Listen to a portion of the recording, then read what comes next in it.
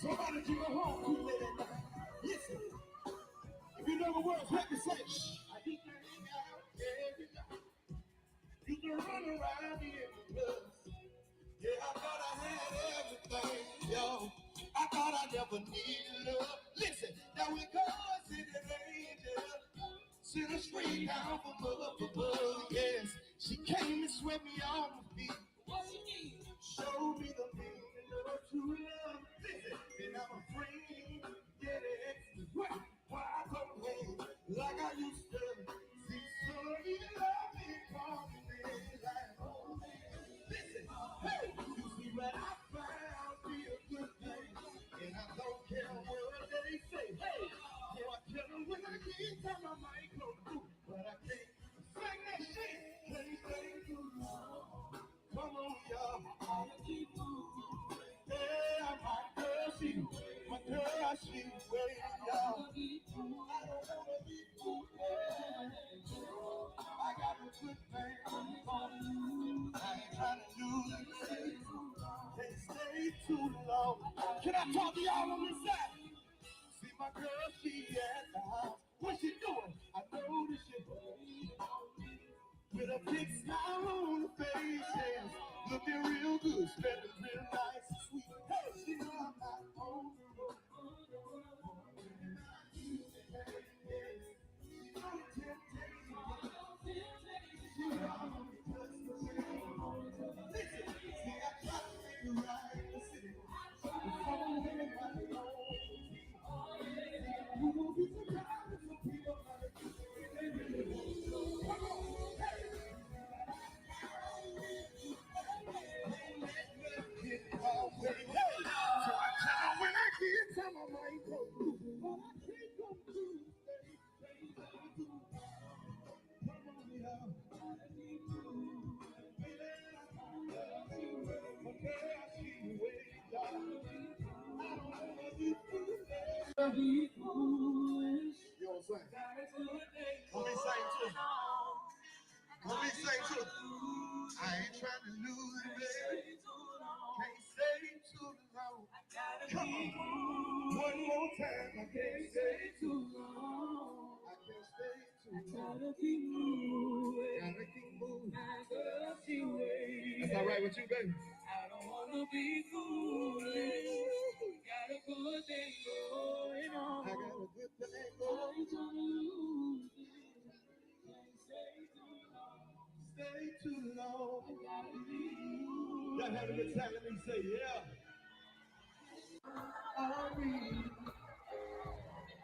But it's time for me to leave.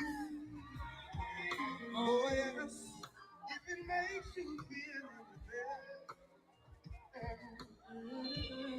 it ain't because of you, it's me. This relationship is different now.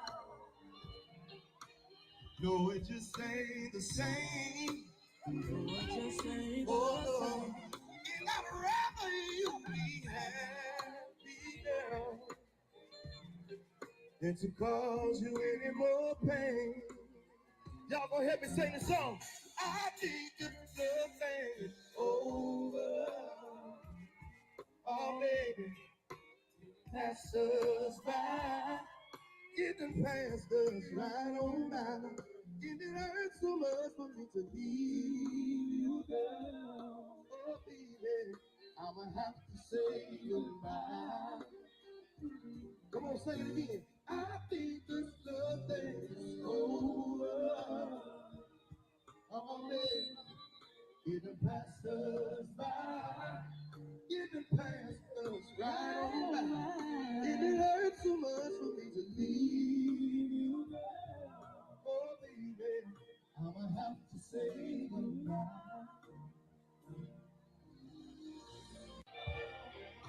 Cause baby, I'm moving on. Baby, I'm moving on. This breakup ain't got no body. Oh, baby, it is about me and you. I'm not saying you're no good for me, no, baby.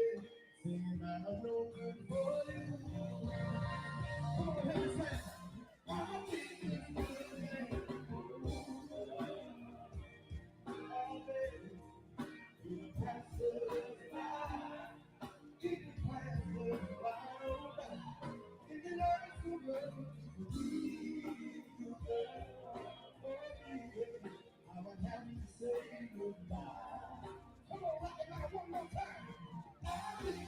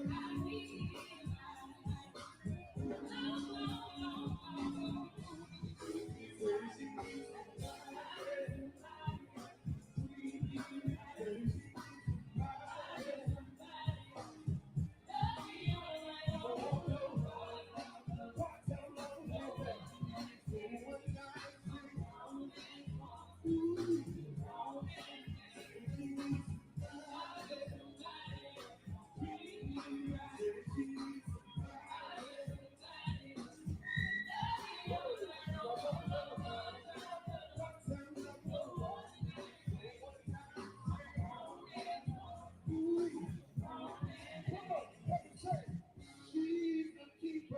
I ain't worried about it. It's not a pleasure, it's a bit of pain. But I won't let you do that. Because you do it for me, yeah. So I'm a walking I ain't from the man. She won't stop me to be a little in the bed. Let's scream, yeah. She won't tell me real love. Now the time is gotta be real. She wants that peace and love. She's trying to find it. So what you gotta do is for her. Better treat her right.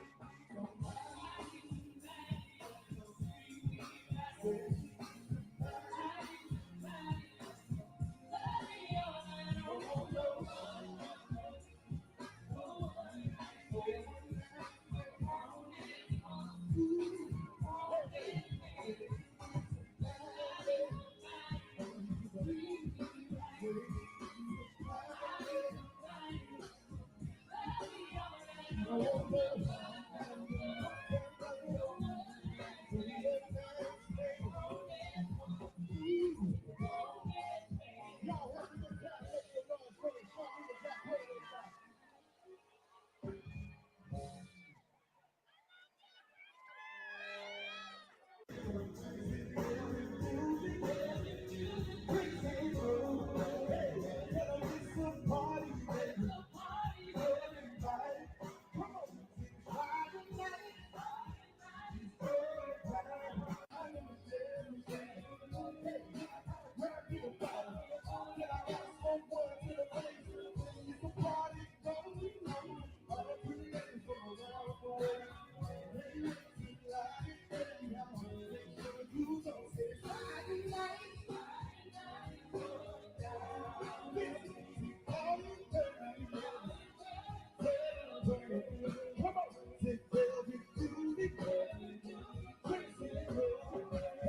Tell 'em it's a party, baby.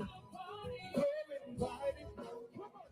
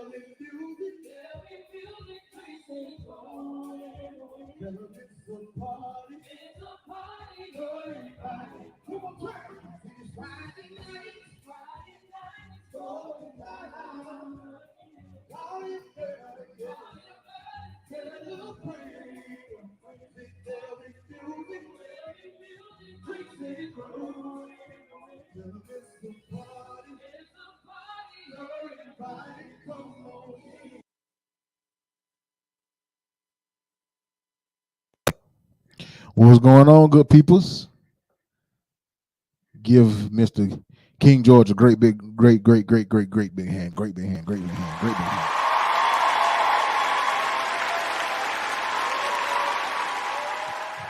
Okay, so my brother getting his stuff set up there. He said he was having just a little technical difficulties. So with that being said, we is gonna bring y'all some more music.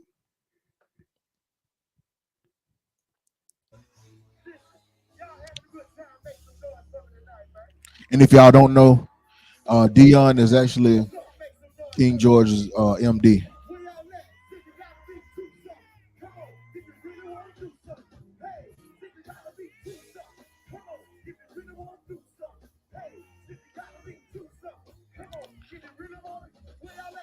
I'll be back.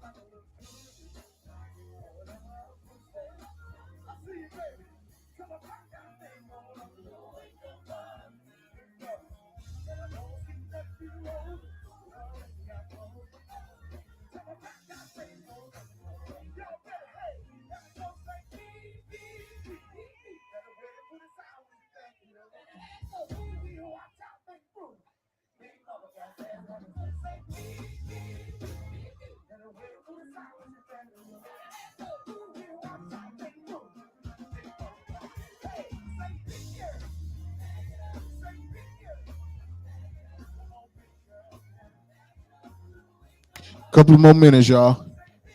We're getting it set up now. Thank y'all for being patient.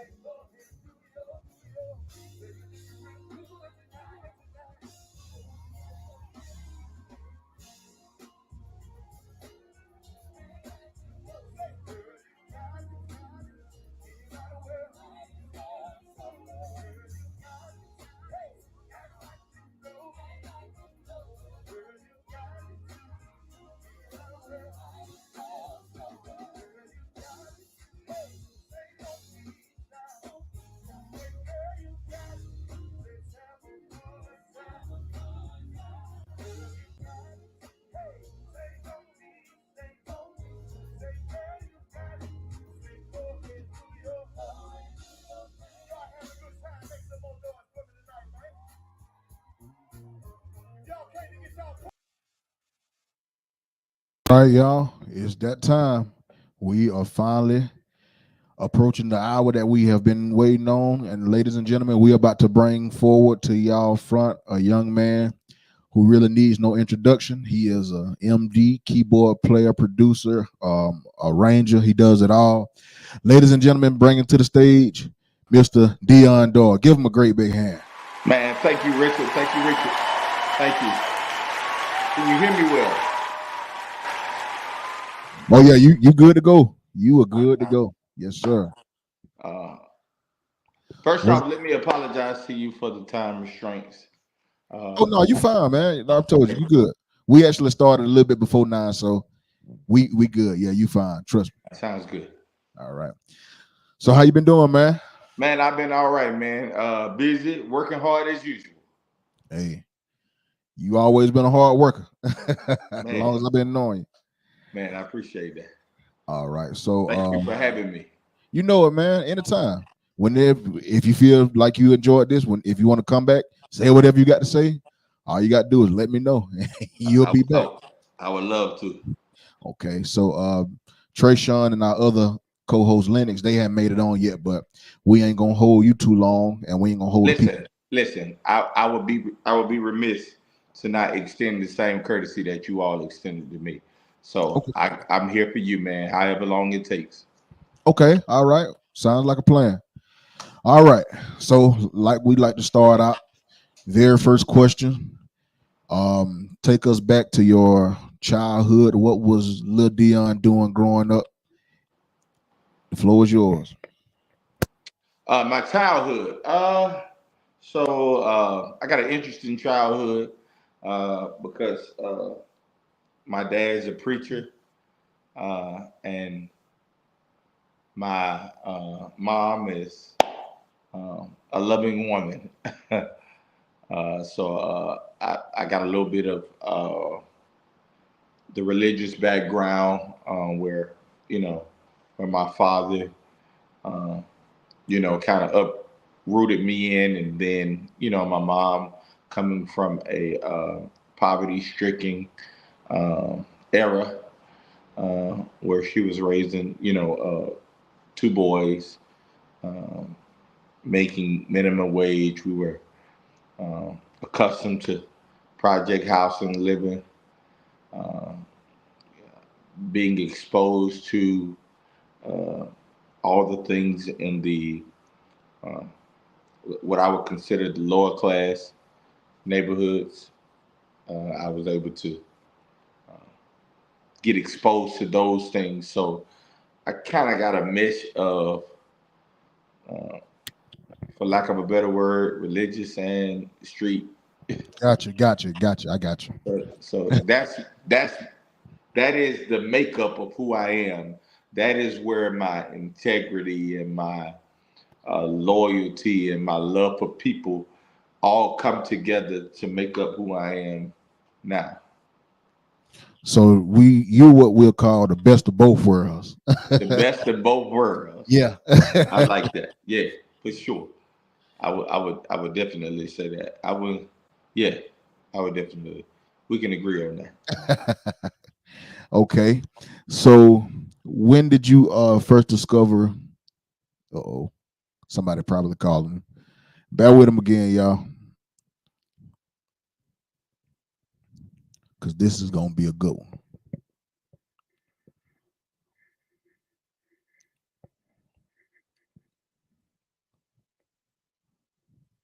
Usually when they go blank, that means somebody got a phone call.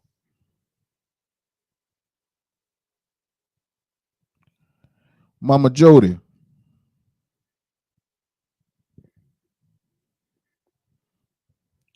Okay, so he'll be back. Um, I met Dion back in just my little rundown until he get back on. I met Dion back in 2016, and he been the same ever since. Like even though we don't, I tell you we don't talk a lot at all, but anytime I've had something, he's on the seed, he shared any post, he's just always been supportive. And here you go, he's right back. I'm sorry, you guys. it would have helped if I would have put my phone in do not disturb. Yeah. Now I let them know that's what it was. Yeah, Yes. I just put it in. I didn't realize that. Yeah. Yeah, So it'll definitely kick you off. the what was the question you asked me again? When did you first discover your love of music? So my dad, uh, when I was I want to say about maybe 9, my dad had this old piano. Uh, Nobody played piano. My dad's not musical. I mean, he played little drums in church, but not musical. Nobody else in my family was musical. But my dad had this piano in the house, and I mean, it sounded like a steel guitar.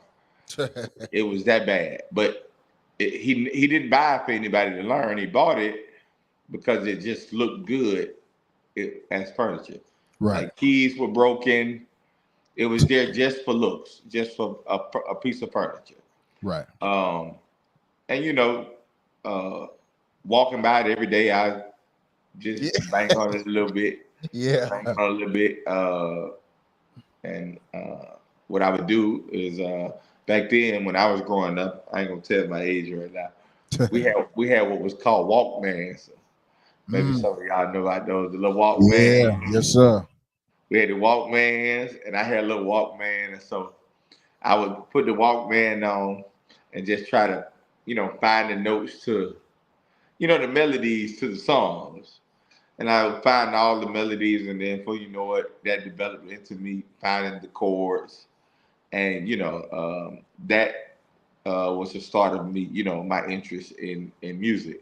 So I got around other individuals that were musical, and then at that point just started, grabbing a little bit here, a little bit there from different individuals who were already playing, and so that's how I developed my gift. Okay. Okay. What other instruments do you play? So I started out playing drums at church, just like my dad. That Right. was just the thing. Uh, Drums was a thing. Even when I was learning how to play piano at the house, uh, my dad used to force us to play the drums if nobody would play. So it's kind of one of those things. You gonna play these drums. Yeah. Yeah. So I wasn't really a drummer, but yeah, I had to play drums by way of our church. I come from Holiness Church, so by way of us not having nobody, Yeah. I had to get on the Friday night services. I had to Yeah. get on the drum. So Can Do you still play now? no, I don't actually. I haven't played drums in a while.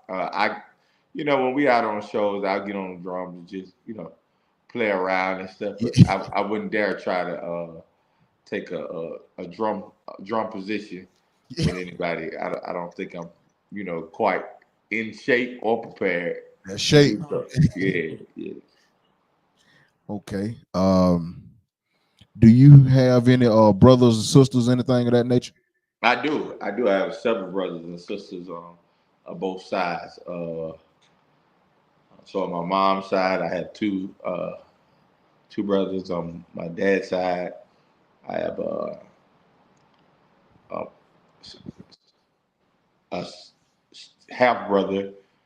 Uh, I mean, excuse me, a half sister and two half brothers, and then I have brothers and sisters throughout the uh, different marriages that my parents have been in that were adopted brothers and sisters through marriage. That obviously, when your parents, like if my mom was married to your dad, we Right. would become brothers. But even if they split apart, it's not like you just stop calling that individual your brother. They still kind of like your brother. So I still got brothers and sisters through marriages that my parents have went through. Are any of them musically inclined, or are you the only one that got the gift? Or So my god brother, my oldest god brother, who's a pastor, who I now serve in his ministry, Church of Purpose in Dothan. He was the first individual to really help me to expand my gift, and he plays piano. And what little I did have that was worth something, I got it from him. His name is Frederick Thomas, and that is my oldest godbrother. Okay. Do you sing at all? I don't. I do a let's. I sing a lot. I don't think that I don't think that the people that's around me think that I'm a great singer. But I think there are some videos of me, driving some houses. Yeah. I've driven some houses with Tyler. I've driven some houses with Prodigy. So I've had fun. I think I'm musically inclined enough to do quartet. I wouldn't try to cut no record. 'Cause let's be quite honest. A lot of the 70% of quartet, they can't sing either. So If you're gonna be honest. maybe I shouldn't have said that. I ain't saying no names. I ain't saying no names. Maybe let's say 40%. Maybe that makes people a little bit more comfortable. I got you. I got you. Okay, so let's get started on that. What was your introduction to quartet? My introduction to quartet was through a group. Uh, the first quartet group that I had ever played for was through a family group, and I didn't even know it was quartet at the time. They were called the Genesis, and they were out of Cottonwood, Alabama. Uh, I mean, they didn't sing nowhere outside of a 30-mile radius, Mm. right? But my first real quartet experience was with a group out of Clayton, Alabama, called Brothers Together. I don't know if you're familiar with them. I know Brothers Together. Yeah, yeah. Them guys tough I, too. I was one of I used to play with Brothers Together back when Jeffrey Newberry was playing drums. Jeffrey Newberry is the lead singer for um, what's Jeffrey Newberry's group name? Provision. Provision. That is correct. He was the drummer, and I was one of the keyboard players at the time. So that was my first real traveling quartet position. And then from there, my brother introduced me to uh, David Hammond and the Chosen Disciples. And I played. I was serving in his ministry. Mhm. And then from there, I got exposed to other quartet groups, and I got the opportunity to fill in with other quartet groups, such as, Roy and a few others, by way William singers, by way of relationship through other individuals like yourself and Bebe and other prominent people in the quartet industry. Right. Okay. You have your own label, right? I do. And what's the name of it? Alabama Music Group. There's only one way, the AMG way. Shout out to AMG, man.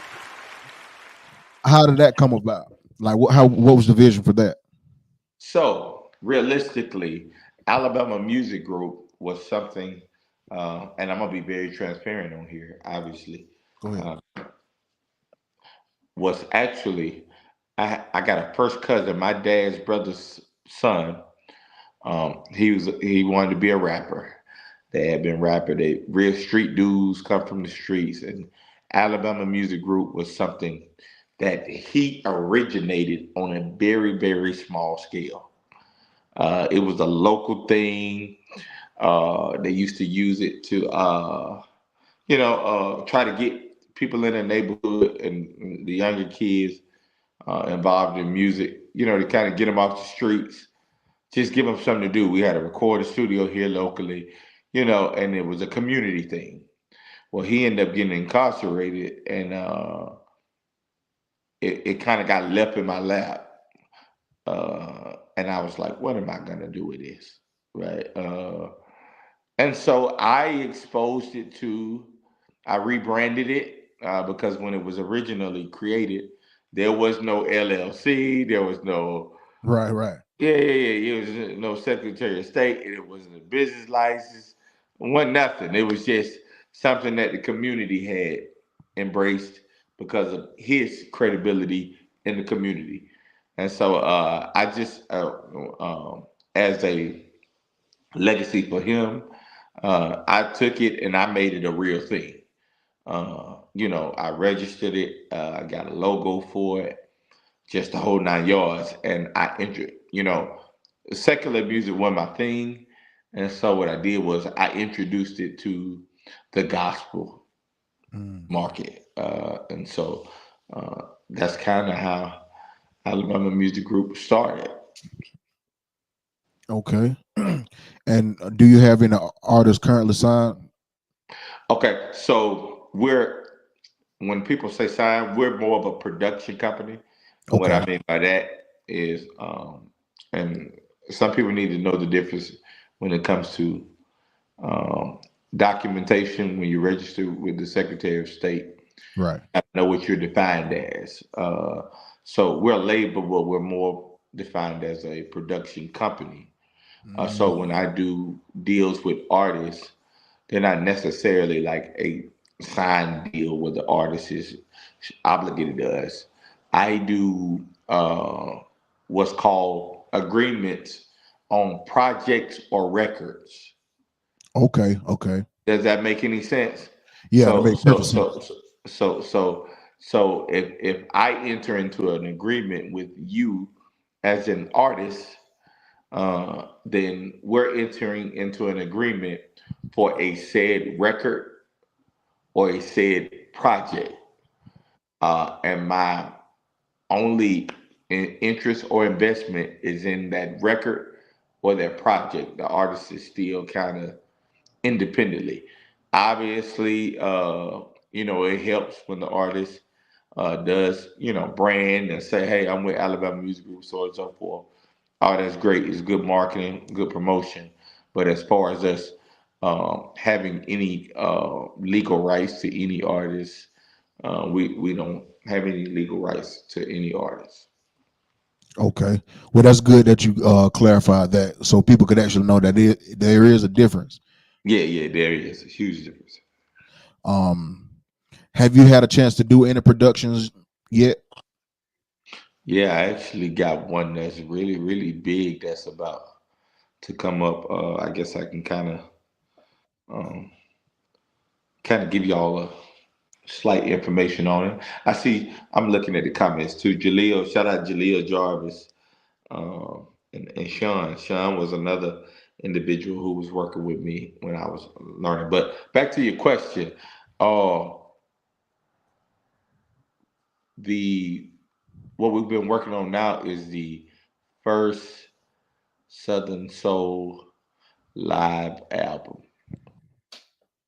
and I think that kind of gives you an idea. I don't want to say too much, Yeah, don't but don't don't give us all don't yeah, just a little bit. I think you kind of know where I'm going with that, Yeah, yeah, I got you. I'm with you. and it is amazing. It is complete, by the way. Oh, really? Oh yeah, yeah. um Shout out to so everybody who played a part in that record. Too. Julia was one of the individuals who was a part of the creative group in that individual. Nigel, awesome mix engineer out of Augusta, Georgia. The musicians that played, of course, Bebe, um, Bear, Daddy Duke, myself, MJ, the background singers, Ren, Shan, they all did an amazing job, and this record is going to be one for the books. okay. And so that brings me to my next question. Um I noticed, and I'm sure everybody else has, that you have like an extreme loyalty to, like, the baby, the daddy dukes. Like what how did that come into play? Like So I'll tell you uh, what I believe in. The first thing I believe in is consistency. I don't believe that you can be successful at anything if you cannot establish consistency. Um, when I met Bebe, and I'm sure they don't mind me saying this, they believed in me enough.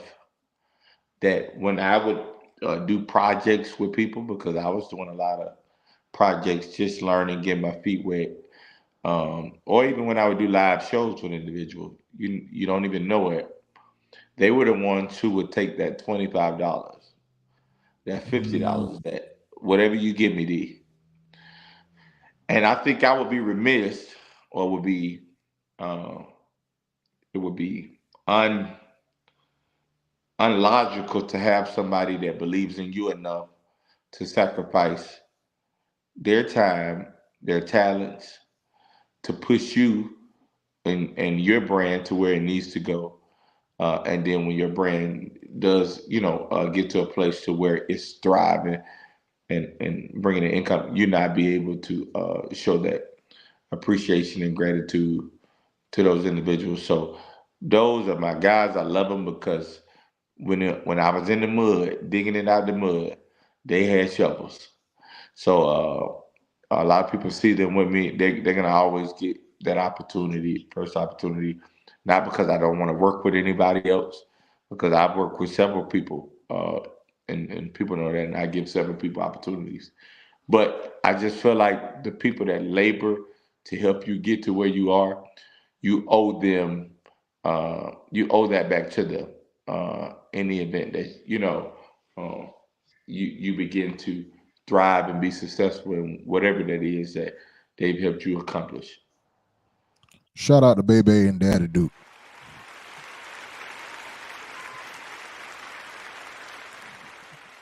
And that says a lot about you, because some people, once they get certain opportunities, they forget about the ones who, like, kind of, like you said, help you get it out the mud, and then they'll work with, like, us let's say, like, the bigger names or whatever. But you have, like, that real loyalty, and that's kind of rare these days. So I mean, my hat goes off to you for even that. Man, But bless you, bless you, bless you, Rich. yeah, and I'm sure that's one reason why doors keep opening up for you and the rest of the crew, because it's like loyalty. It's hard to People, find. man, it's It's like a hard to dying art, find. man. Yeah. It's hard So to find for sure. shout out to y'all guys, man. Okay, so let's move on. Um, you did a quartet show back in what year was that? I can't really remember. Might have been 3 years ago. Was it 2 or 3 years ago? It's The about New 3 years. Year's. Well, I did it 2 years back to back. I can't even remember what it was called, but you The had first one, the first one was called the AMG Blockbuster, okay. but the second one was called the AMG Blockbuster. The first one was called something else. What, it was in Dothan, right? Both happened in Dothan. In Dothan, yeah. Both Okay, happened in Dothan on New Year's Day. right. Because I remember you gave, like, all the groups. I think it was like 15 minutes. I did. I Yeah. did. And I that did. really showed who could really do what they had to do in It 15 did. minutes. It did. So I think that was smart on your end to do that. It was a big deal. It was a big deal. Roy. I had the best quartet there. Right. Uh, all the way from the legends, Roy. I can go on Scholar. I had Tim, Jarrell Smalls. Like I had him. That was a blockbuster for sure. Prodigy. We had a good turnout. We had a good. It was a good show. Oh yeah. It was a great show. The production. Um, I would like to say, and correct me if I'm wrong. You've been in quartet for a lot longer than I have. Just from my experience in my time in quartet, that was the first time that I had ever seen production to that level other than like award shows and stuff, and just a regular quartet show. I'm trying to think. Uh And when I say production to that level, I put a lot of emphasis into the stage plot, the backline, the video wall, the lighting, the you get what I'm saying? Like I okay, put a okay. lot of I got you. I put a Yeah, lot of emphasis into those areas. It wasn't just like you just showed up to a regular quartet gig, you pop out with the right. keyboard. You know what I'm saying? Like, no, it was actually a production. You had a roll on, a roll out time. You get what I'm saying? Like, Yeah, yeah, I it get was you. different. I sent out packets. I did formal interviews, virtual interviews, interview packets. I sent everything was just like state of the art. Uh, As far as quartet wise, I say yeah, because the only thing we've been a part of was like of that magnitude. I would say maybe like the Spirit Fest and Bobby correct. Jones, stuff like yeah. So Right, it's right, like right. as far as like just Correct. catering the straight up quartet, yeah, yeah, Correct. yeah. That's It was different with the time allotted and all that. So yeah, exactly, it was a lot of thought exactly, that went into that. exactly. That's why I say, and that's with respect to the GTA awards and some of those other awards. Like Right, I'm just speaking straight from just a straight quartet. right, right. Yeah. Um, do you plan on doing a part three? Uh, I don't know. I don't know. And it's not that. I think when I did it, my heart wasn't in. My heart was in a place to where I wanted to give the quartet community something that they could. It wasn't about making money. Mhm. Believe it or not, I don't know if you remember it. Everybody that bought a T-shirt got it free. Yep, I remember that. So everybody that bought the AFG shirt White shirts, got right? it. Yeah, and the Yep. shirts were like I don't know, $5, $10. Like it was like you You really did paying for that the shirt. strictly for the culture.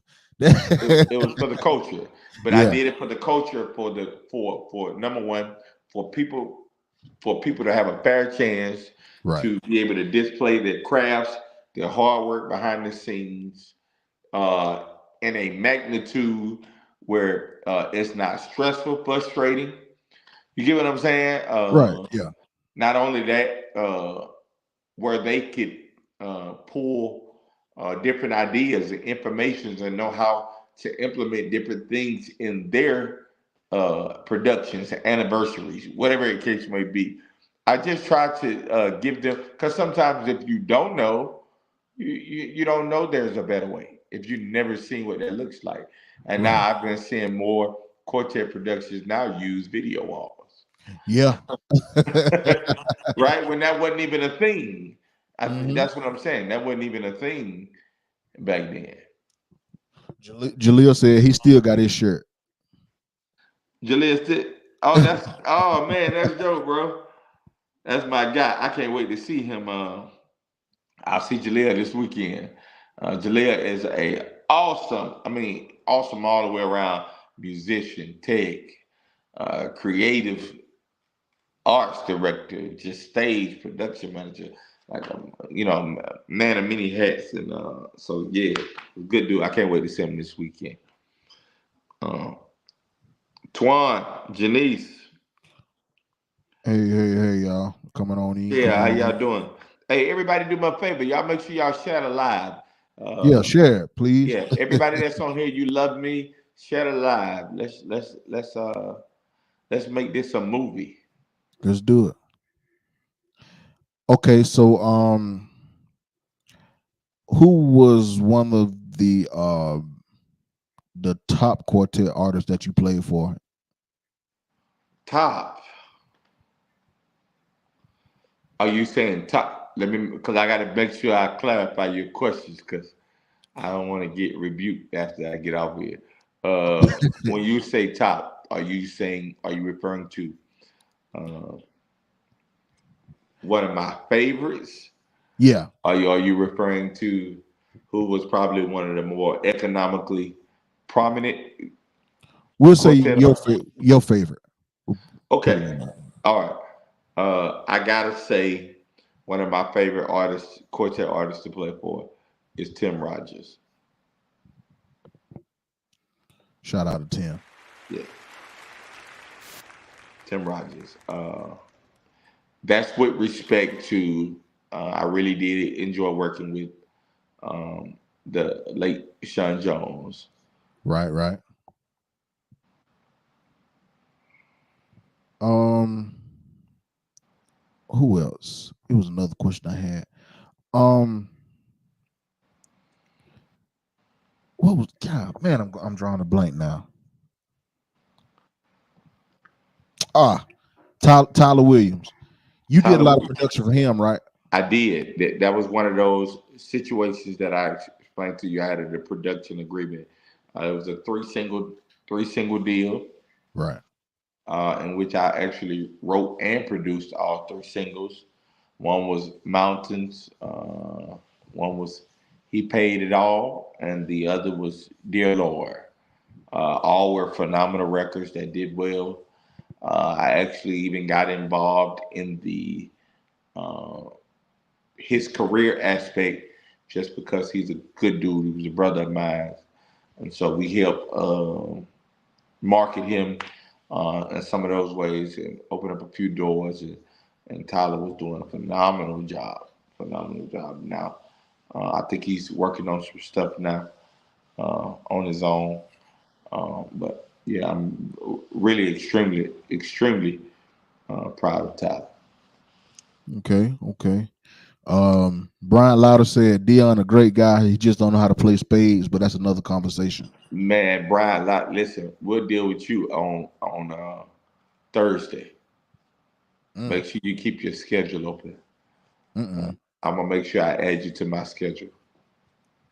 I think I can. I think I can make time for you on Thursday. You can pencil him in, can't you? I can pencil you in on Thursday. So keep your schedule open.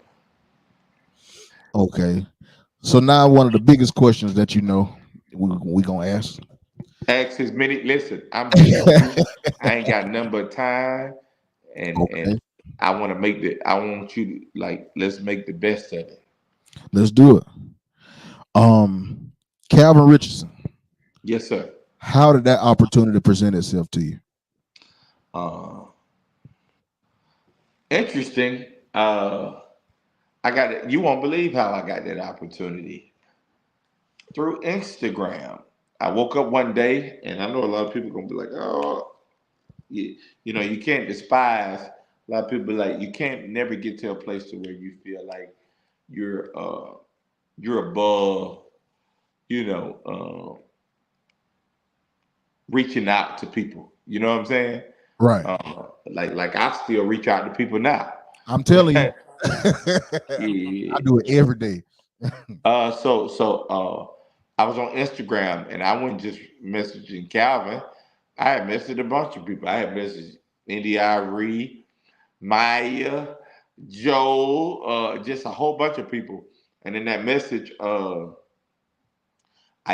gave my, you know what? I'm gonna do you one better. I'm gonna pull the message up and I'm gonna read it. Okay.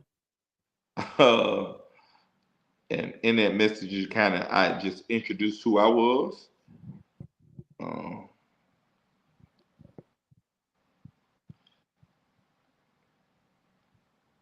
all right, and this was back in 2018.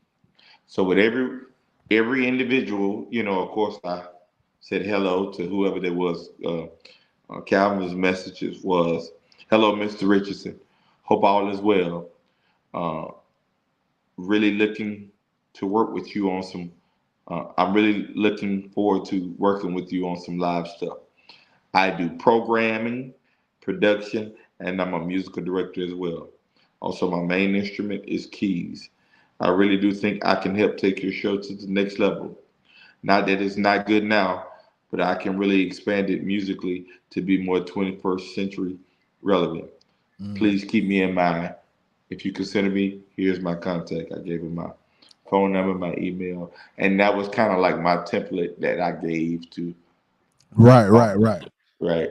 So yeah, and then his next message uh, was, "I'm all about getting to next levels in life. I'm open," Wow. and that's how it happened. He asked me where I was from. I told him. He sent me a song to arrange, and it was breaking down inside. I sent. I did an arrangement to the song, a live arrangement, and he texted me back, and his words, and part of my language, he said, you murdered that shit. What's your number? And that's how I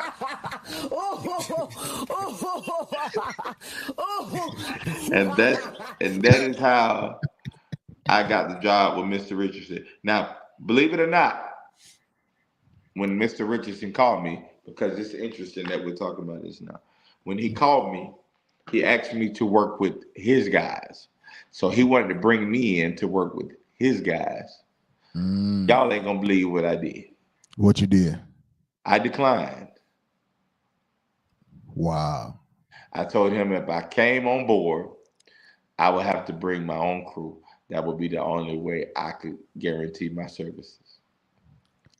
That was a bold move. Watch this. I didn't hear from him for about 2 months. When I heard from him, I was like, I told my mom, I was like, I done effed up. I had the opportunity, right? But loyalty. This is Yeah. loyalty. Yeah. This is the prime example of loyalty paying off. Because I was like, I didn't want to get that opportunity and feel like I left everybody behind. Like, you get what I'm saying? Like, Right. although I would have did great with whoever I would have worked with, it still wouldn't have been like, you know what I'm saying, the start of Ain't nothing like the something. home team. Exactly. So he said, ah, man. He was like, okay. So I never forget it. It was a Friday. It was a Friday night. He called me.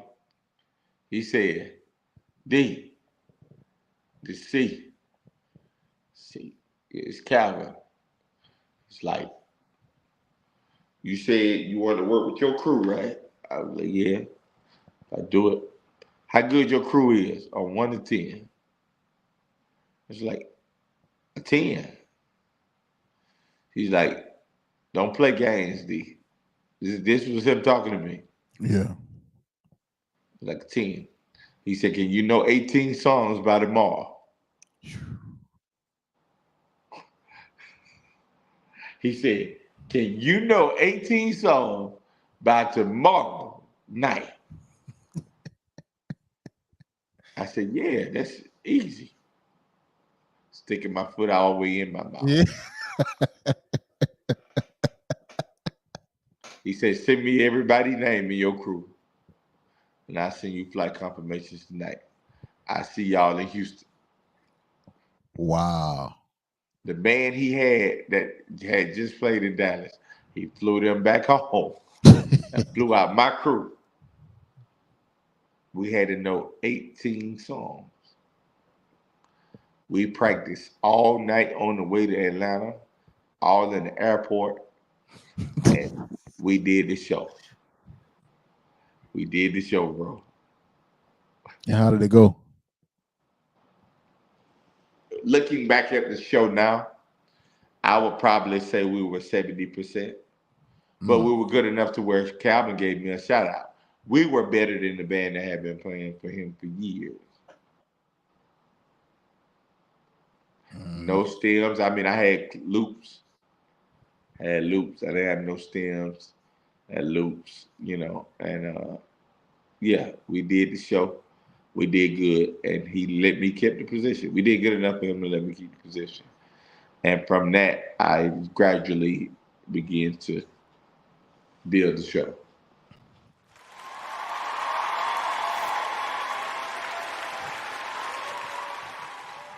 So, um, was he demanding on stage, or was he kind of like laid back, or? No, Calvin was chill. Calvin was chill. Calvin is very, very musically involved. Mhm. Uh, like he knows he knows what he wants to hear. He knows Right. what he likes. He's very intentional. Um, and yeah, he's very. I would say he's very open musically.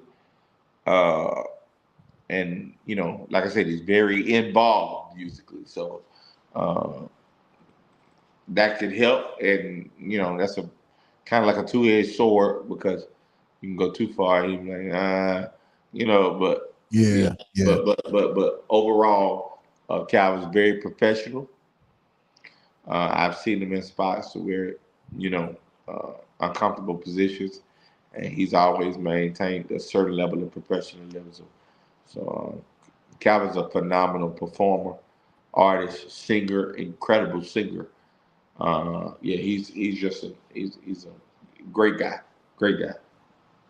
Gotcha. Do y'all still keep in contact much? When we run into each other, I know we did a tour Okay. uh, together, and we would, holler at each other through the tour. But I got a great love and respect for Calvin, obviously. Uh, but of course, those relationships that started out one way, the only way you can maintain them is, for the most part, is, through. So we had more of we had a great relationship, musical relationship. Mhm. Now that we're not, actually collaborating musically, obviously we're not talking as much as we would when we Right. were working together. But of course, I call, I send them messages to check on them from time to time, and just, hey man, praying for you and your family, and hope all is well. Kind of, in passing. Gotcha. So what is your favorite Calvin Richardson song? My favorite kind of, I don't want to be biased, man, because I wrote two of the songs on this record, and I produced them actually. But my favorite, uh,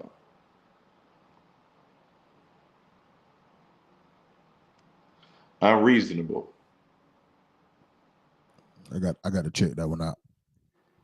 Yeah, I think "Unreasonable." The words are uh, the lyrics are, "It's just unreasonable. How much I love you, girl. Give up my heart and soul, and you took me out your world. It just don't make no sense that one man would give his all uh, to a woman that's heart is cold. It's just unreasonable. It's a great song. I love the song because it sounds like quartet. It sounds like church. It's that's I wrote. I like the songs that I did. Be your friend. Okay. That's a nice record. Check that out. That's one of the records I produced. It's a great record. One of my favorite Calvin songs is "I'll Take Her." That's enough. That's one of my favorites too. It sounds like quartet. That's straight up quartet. And believe it or not, man, we brought a lot of those songs to life musically. That, not that they were bad songs, but Yeah. musically, I'm not saying that, but we actually gave them we gave it another life. We took on Right. another Right. life musically. Like I Yeah. think I think Calvin has always had live bands, uh, but I think when we approached it from a different place, Mhm. more of a 21st century, those songs took on a different life. Right. The Right. live versus, and I think I'm gonna just release some of that live stuff and just give it away, and let people, practice to it, make covers to it and stuff like that. That would be something that would be interesting to do. Yeah. You got my support. Yeah, I think it'd be cool. um, did y'all have riders and things when you were with Calvin, or did you We have to step? did, we Okay. did, we did. He didn't have one when I first came. I created one. Like I said, they were from believe it or not, the Southern Soul industry was equivalent to the quartet industry, and just in a different genre. Mm. Like Southern Soul was the quartet of gospel, if I'm making any sense. So they were behind on a lot of things from a production standpoint. Like matter of fact, I believe Calvin, we might have been one of the first uh, headliners to use stems. Wow. Correct me if I'm wrong. Now you may know somebody else. You know I another don't. so. I I, mean, and we can go down the line. Lenny Williams, Tucker. I mean, we can go down the line now. All great, amazing acts. But I think we were probably one of the first ones to implement stems. Now J1 is doing stems, and they sound amazing. Believe it or not. I guess I just say with me, I never considered him to be a southern soul. I always thought he was R&B.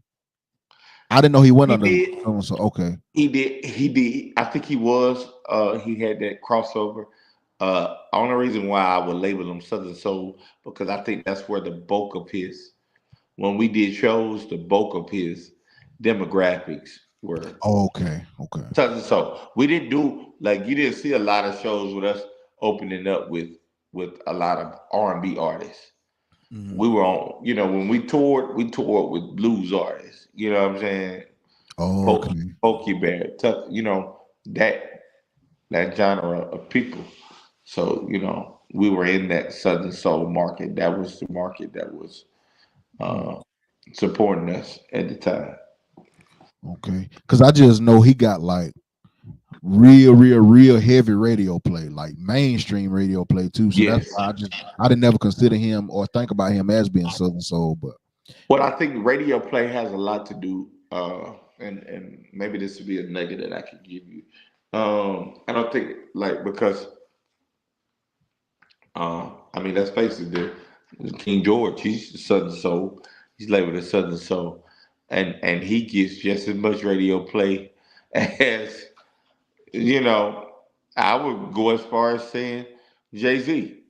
You know what I'm saying? Like, I mean, I was in Montego Bay vacationing, and they were playing "Keep on Rolling."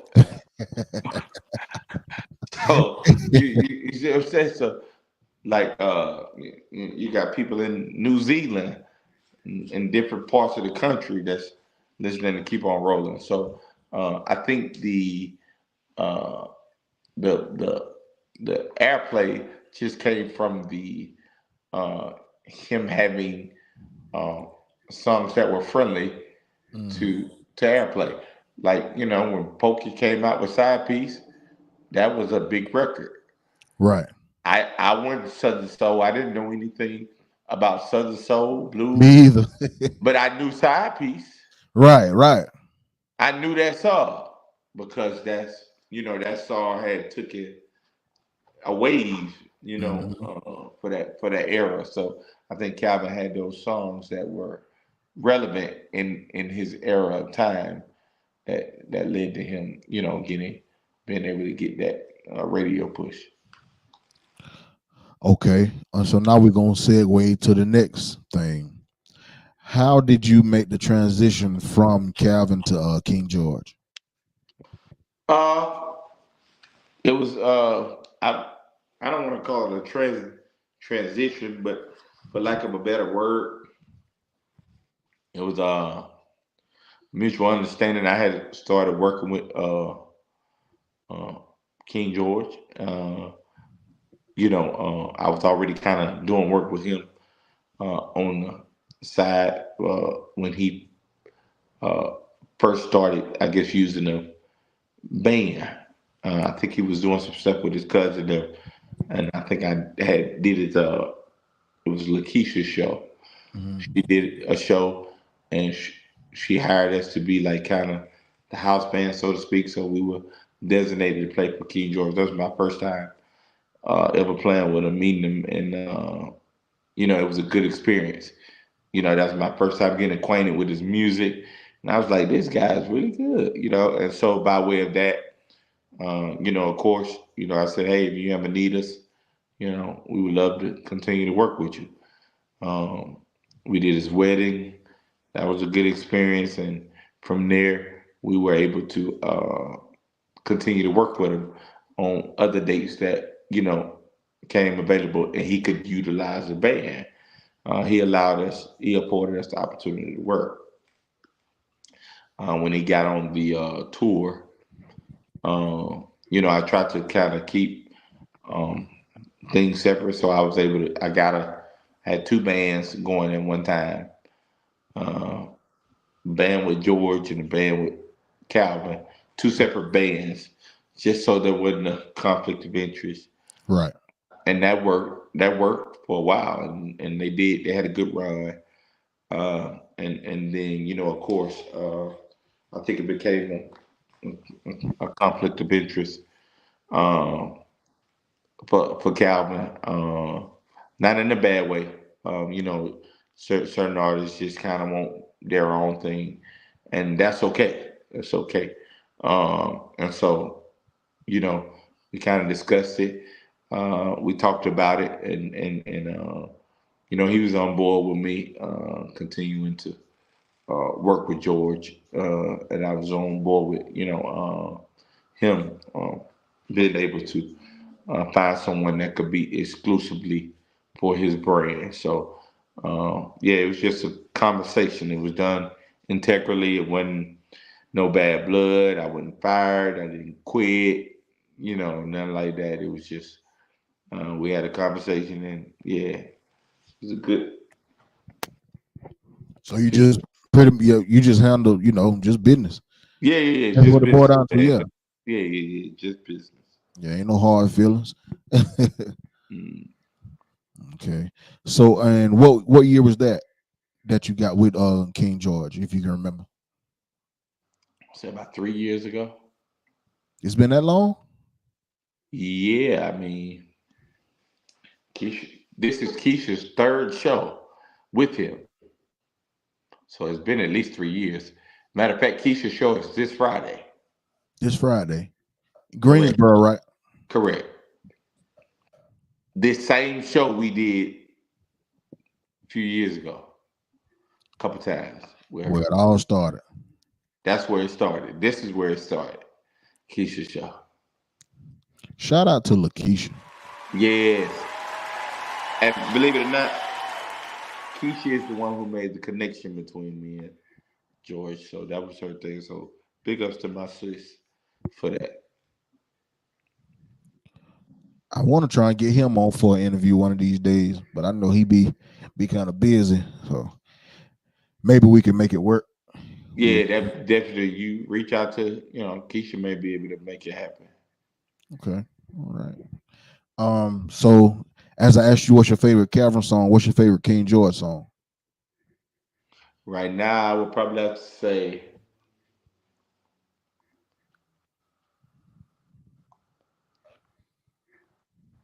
Lil Wait. A little wait. Lil Wait is just it is exclusive. It's dynamic. I think he did something with that song that was special, and not the reason why I'm so attracted to this song because you don't know how much of a confidence and self-esteem boost it was for women who are insecure about their figure. Right. Right. I mean, That was a big record. this is like they That is a anthem. big record. That It- is a big record. yeah, Like, because before that, the only song that they had was Sister Big Bones. You remember that, yep, Anthony? sister, big bone. Can a brother walk you home? Yeah. Hey, now King George Look done like brought a it. bag of big bone. I remember that record. Wasn't that Anthony Hamilton? Anthony Hamilton. Yeah. Yeah. Yeah. So King done made it, popular again. Yeah. My So favorite song. like I think because that's a thing, a lot of women, even women who I would consider that ain't even really obese. Yeah. Women are so into you got these BBWs are at a all-time high right now, and you got so many women that's just insecure about Hmm. their figures. This song really, really honed in on, you know, making women be okay with. And I think it was very, you hear the song, like you you don't know how much a song could be an inspiration to somebody. And I think with as fun as the song is, it is very, very inspiring for women who are uh, insecure about their Shout out to Justin Rufus. He said "Can't Live" is his favorite. Can't Live. I don't think I've heard that one. Oh, that ain't one of the That, songs he doing the Young Holiday, is it? that might be a Young Holiday record. Oh, okay. Yeah, I got Justin. I got to look that one up. Me too. That's interesting. You just made me think of something. And see, a lot of people don't know he got music under that name too. He does Yeah. because I like the song. He got Run the streets. "Sitting on Run the Street." Yeah. Yeah. Yeah.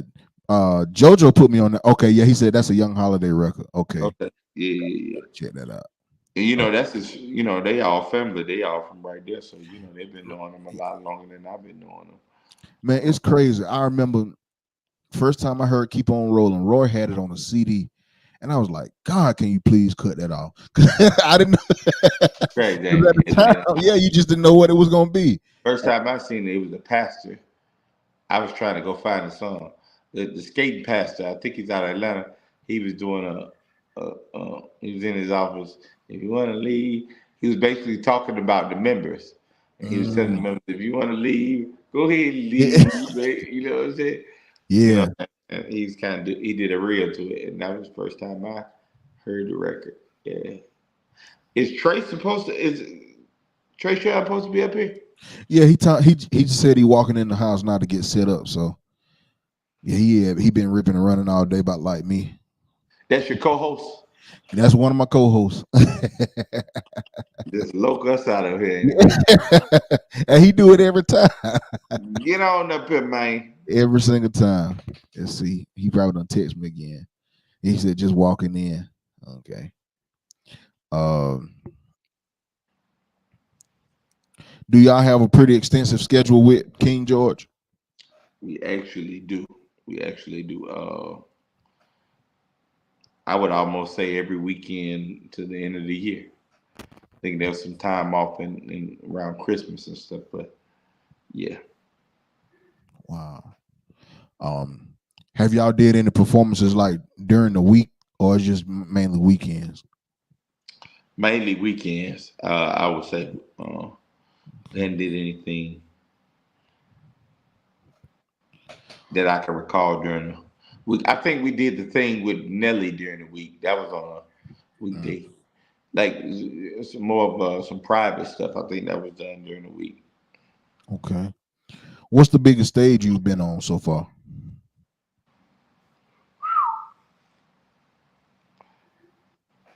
Before you answer that, ladies and gentlemen, Mr. Always Late to the Party.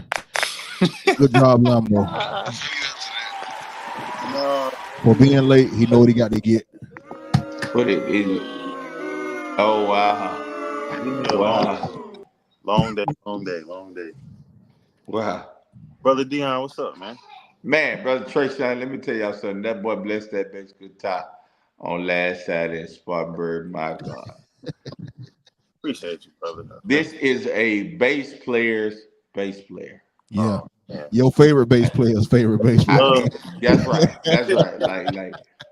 Like Love. in fact, I get people when they hire Trey, because I don't go around just kind of like dropping names and stuff like that. But when they do hire Trey, they make it known to make sure that you know they got Trey. If they don't name nobody else in the band, they be like, yeah, I got Trey Sean, out of North Carolina. I be like, okay, yeah. That's he gonna be on bass, so and I be like, okay, cool. They be want you to know, like, yeah, I'm like, nigga, I'm gonna be straight, nigga. I Crazy, got bro. you. That's Bro, crazy. Dion, we was somewhere. It was a couple years ago, and we was killing bad, and it was a group still had to come up behind us. Man, the bass player from the group started swinging on their lead singer. Said, "Man, I can't come up behind that." He said, Wow. "Yeah, he was trying to fight the band." He He said, make his mark. Let me tell you something. The people that work with Trey Sean, they "Mm, swear that you know they swear to Trey Sean. It ain't no other bass player like. Trey Sean is the bass player. There's some killer niggas out here, man. Yeah. No, I mean they are. They It are. is. And you're probably their favorite bass player. It is. Man, that's love. That's all. I've been around the block. And he can play all that stuff on a 4-string. Listen, I think my first time hearing Trey Sean play, I think was I with Sean Jones? Where, you know where we were? We were in Fayetteville. In Fayetteville. We were in Fayetteville, and Sean had just did WIDU, and that morning he had to do like a little segment by himself. To my WIDU, I was definitely around for that. Yeah. The win though, right? And that's when I first met you because you invited me. I never forget it. It was you, this drummer named Damo. Yeah. Oh yeah. You invited us to this trailer in the middle of the woods. In the middle of the wood. They had backline set up in that joint. He ain't lying. Let me tell you something. He is not lying. That was my first experience of Fayetteville's finest musicians. You hear me? I'm talking about all the killers was in there. Trail, Trey Sean, Domo. Like Greg probably was over there too. Yep, Greg probably was over there. Because my dude AJ fell through the floor. Yeah, right through of the trailer that day. Yeah, right. That's right. That's crazy. Hey man, Richard, I went outside and looked up under the trailer. I seen my man's leg outside. It was crazy, bro. It was wild, bro. Yeah, AJ's here. AJ, you remember that? It was crazy. I know you remember that. So y'all start sleeping on Fayetteville. Fayetteville got that gas. AJ who? Jordan. Oh. Fell through the trailer, man. Fell through the trailer. God. But that's when I met Trey Sean, and I think I did. Anytime I played with a man, is almost like I was intimidated because he was always real quick, like, and then he do it effortlessly. So like he don't really give you a whole bunch of emotion. Right, like, and he don't do the same run twice either. Yeah, you be like 4, he be 6. I be want to say 21, 72. It's crazy, man. But he's very a responsible bass player, and he has. That's what a lot of people don't talk about. He has impeccable placement. Can't beat him. He got he don't come on your gig and just try to just kill. When he do his stuff, he gonna place it in the right spot, and it's gonna be just enough. Right. I never heard him overplay a gig. He ain't gonna do it. I never heard him overplay. Saturday, I was begging for. I wanted him to just go crazy because I know he could do it. You know what I'm saying? I wanted to go crazy. He just smiled like, yeah. So. AJ Jordan said, "Hey man, the house is on me." Yeah, the house is on me. But he's definitely one of my favorite bass players by far. Definitely. Lakeisha just got on. Hey, Lakeisha, we just shout out to my sister.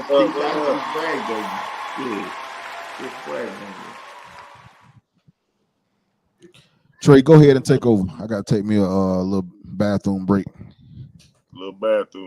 You gonna go back there and play that piano for us? If I could, I would. I be sending people on TikTok like, you send me a gift, I'm going up the stairs. All right, Trey, what you got? Man, if let me see what can I round up here. Oh yeah, I got a good question. Okay. So me, you, Richard, and a lot of other musicians are, I would say, cut from the same cloth, as in, our roots and what we was brought up in, where we came from. What would be some advice you would give to, upcoming artists, musicians, painters, investors, anybody, on, just coming from a small town, and because we kind of, we started from where we were, and we all pretty successful doing, other things, Right. kind of moving around a little bit. Sure. So, what would be like some advice you would give people? Because, small towns, it's hard to stay motivated. It It's is. hard to it's hard to really have that hope and that faith when you don't, really have what, other cities and other places, where they come from. So, It is. what would be your spill on? What I encourage a lot of people, and that's a great question. I'm glad you asked that because I come from an area that did not support me prior to me becoming what I would deem now to be successful. They did not support me at all. I know I would love to get on here and say everybody was my biggest fan. In fact, every musician in this tri-state hated me when I was up and coming. Like, Crazy. yes, in my area, like in my area. So I had to fight through that on top of fighting through not having any musical inspiration here. Uh, so the biggest advice I would give people is don't allow yourself to be closed off from information. Mm-hmm. That's good. This is key. Don't allow yourself to be closed off from information. Information. Uh, uh, I'm. There was a saying, and y'all probably heard this saying: "A mind is a terrible thing to waste." Yes, Your sir. mind is the only thing that has infinite ability. Your mind, meaning that there is no limit to how much your mind can grow. Yep. Like, Truth. you're gonna stop growing. You're gonna become a certain height. When you get a certain age, you're gonna stop growing. You get what I'm saying? Yeah. The same way with your hands, everything about you, your physicality is gonna stop growing. Your heart, all your organisms, but your mind is the only thing that has infinite ability, and it will intake as much as you allow it to intake, right? And so, what I challenge people is to not close yourself off from information. I was a sponge to everything. I mean, to everything. Like when Aaron Lindsay first, I don't know if y'all know, some may know Aaron Lindsay. Yeah. He was, OG. yeah, yeah, yeah. He was living in Dothan. Nobody knew it. I sure did. He was living in Dothan. He was emptying for a very prominent church here called Northview Christian. Pastor Hart Ramsey, a well-known pastor. Matter of fact, I think John P. Key did a few live recordings there at his ministry. I know Tasha Cobb did hers there. But anywho, I would leave this little Baptist church I was playing at just to go over there, just soak up what I could about production, stems, anything. Like I was a sponge to anything. So I would try to get everybody. You can't allow yourself to become too, even now at the place that I am now. Like you can't allow yourself to get to where you become content with what you know. Right. You gotta always be willing to pretend as if you know nothing. I feel like if you allow yourself to, remain in that place to where you know nothing, you'll learn everything. Yeah. And knowledge is the key. Knowledge is power. That's the key. That's it. What you know, Mm-hmm. right? And the difference between knowledge and uh, something you've acquired or learned. When you have knowledge of a thing, you have the ability to apply it in day-to-day life. And so that's the thing. That would be the advice that I would give somebody. Like, don't allow people to discourage you from that. Be a sponge. Soak up everything you can. Be well-rounded. Not just like I know about real estate. I know about uh, agriculture. Uh, I know about cars. I know about home loans. I'm just so well, like I can get in a room and people can start conversations about almost anything, and I can jump right in. You know what I'm saying? Politics, like be a sponge. The weather, you know what I'm saying? Like, It's a lot uh, we can talk about, man. Damn. I was locking in with you. Believe it or not, I was watching you when you was talking about forex. Oh yeah. That's still the way. Listen, but Still the the way. fact that me and you never talked about it, and the fact that I've been watching you talk about it, lets you know that I'm listening even when I don't say I'm listening. Yes, sir. I'm reading everybody posts. I'm taking in what I can take in. I'm searching out. Man, everybody got a phone. The internet is free. Like, I go on the internet. I Google what I don't know. What is forex? What is this? What is that? You know what I'm saying? If I want to know a thing, like you can't be too prideful to where you're afraid to learn. And so if I don't know a thing, like I'm gonna be the person to say, tell me about that. What is that? What I want to know. Because that's what success is. Yep. So that would be my advice. Just, be open to everything. Religion. I know about so much about religion, man. Like some church people hate me.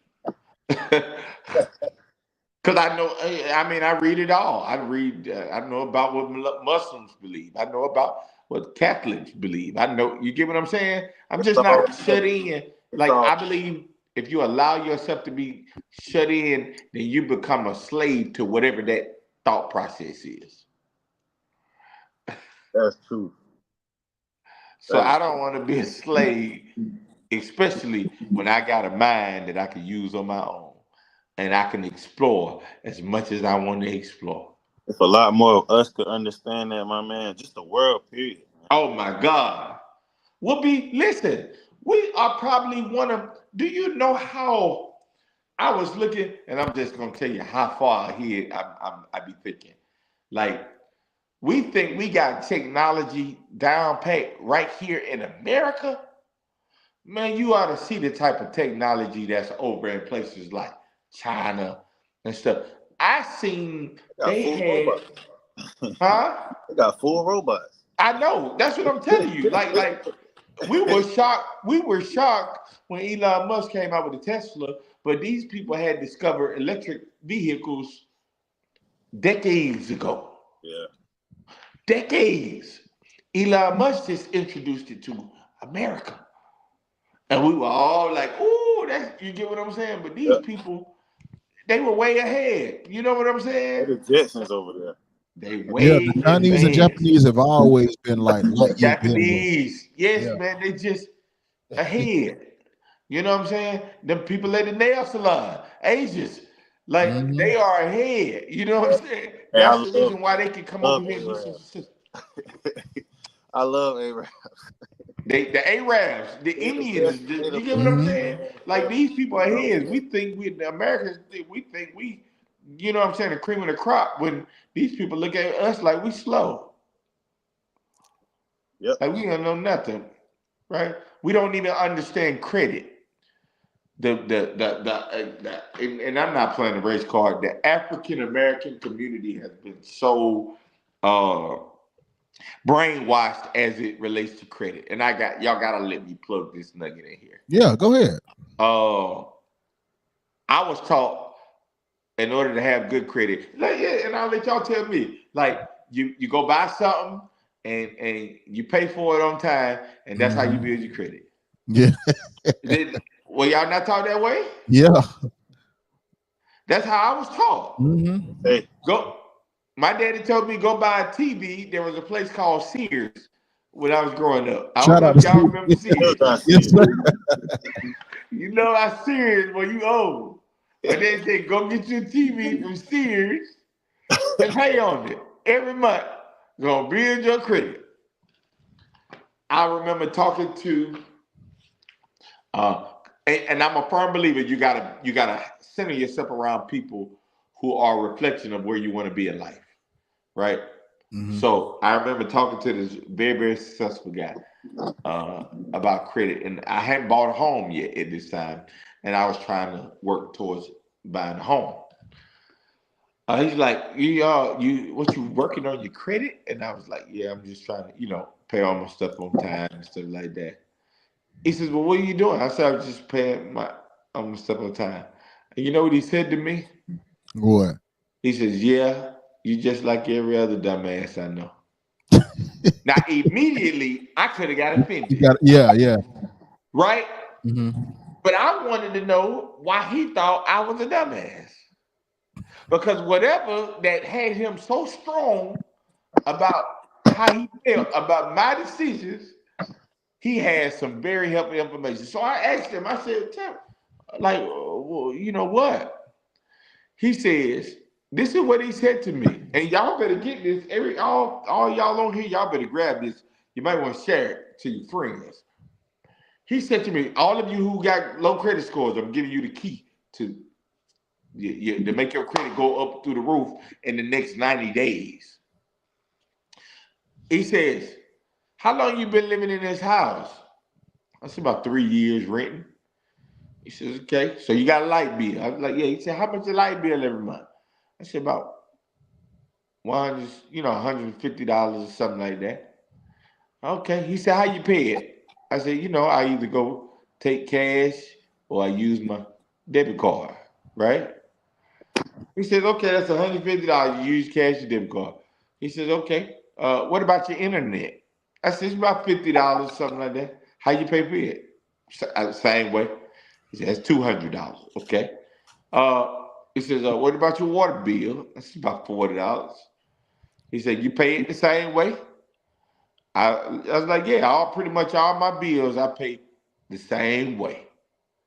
Debit card or cash. I take the cash to the establishment and pay for it.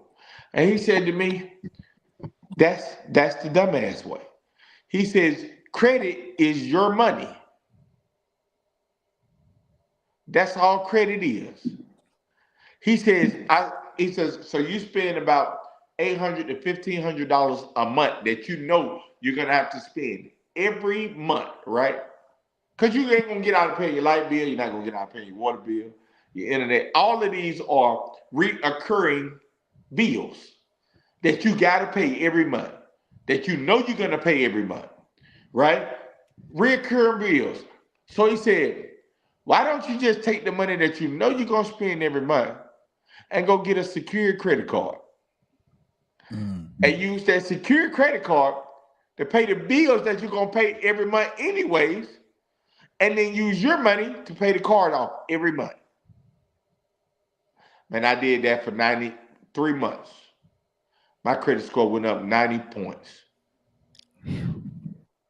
I continued to do it on larger bills, car notes, stuff like that. Now when I go out, I get gas, all that, I use my credit card. Use my credit card. Use my credit card. Because what he taught me was you don't have to be a consumer to build credit.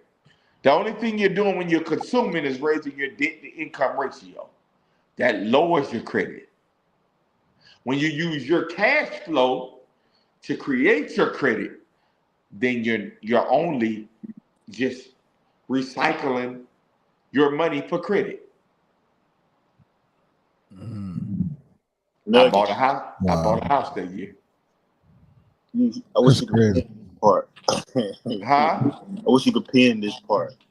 That was that Like, was right. that was some I real. bought a That was house. some Fact, real. That was some my real. first house is the house I live in now. Not bragging or anything. It is 5,000 square foot. It looks like the one in your background. No, no, no, no pun intended. Seriously, like I can show you. Like it looks like the one in your background. I got a white baby grand. Credit, credit. That's what I'm telling you. Yeah, Credit. you'll be amazed. I just recently tried to refinance my home. They told me if I was to refinance my home, my mortgage would double. Why? Because my interest rate is the lowest that it could be. I got a 3% interest rate. So if I was to refinance my home, it would make me actually have to pay more than what I'm paying now. Wow. And I did all of this, paying my bills with a secure credit card. So for those of you who don't know what a secure credit card is, it is a credit card that everybody can get, that anybody can get no matter how horrible your credit is. How do you get it? You take your money to the bank and they use your money and they put it on a credit card. And they report it every month. That's why it's called secured. Because your money secures the debt. And that's what messed me up back when I was in my early 20s. I just didn't know no better. I had got one of those. It was a $300 card through Capital One. That's And an unsecured loan. And the interest rate on it is at least 24%. but see, I had a secured card. It was You a had Capital One paid for secured it? card. Yeah. You, Uh-huh. okay, And that's so and how Capital One do, they'll just keep giving you like those increases and you don't realize it. So that 300 went to like 3,000, and you so giving a they made it. They transfer your secured loan into an unsecured loan. yeah, and you Okay. give somebody like that $3,000, a 21-year-old who ain't got no financial limit, man, I would, You went out. You went out. bro. I'm 30 and I'm still I'm still suffering now from what I did when I was 21. But You I got I didn't know off. no You better. got off, did you? Boy, Janae, how you doing? I thought I was rich. You could Yeah, you got I off. thought I was a rapper. I was just buying stuff. And I'm One trying to paying get the hip back. to this forest because I know Trey Sean on to something. He been on to it, and it is the, like, you don't see it now, but all currency is turning into like digital currency. Yep. Look, All of it. Believe it or everything. not. You don't see it now. You seeing bits and pieces of it, like Bits and debit pieces. cards, cash out. All that's like bits and pieces of it. Bro, I've been talking But about the this people for who already years. ahead of time, Mhm. like when this stuff transfer over, these people gonna be millionaires. And I'm just trying to get a look. You already starting to see Bitcoin ATMs and gas Right stations. now And is stuff. That's right crazy. now is quarter Exactly. three is gonna be amazing.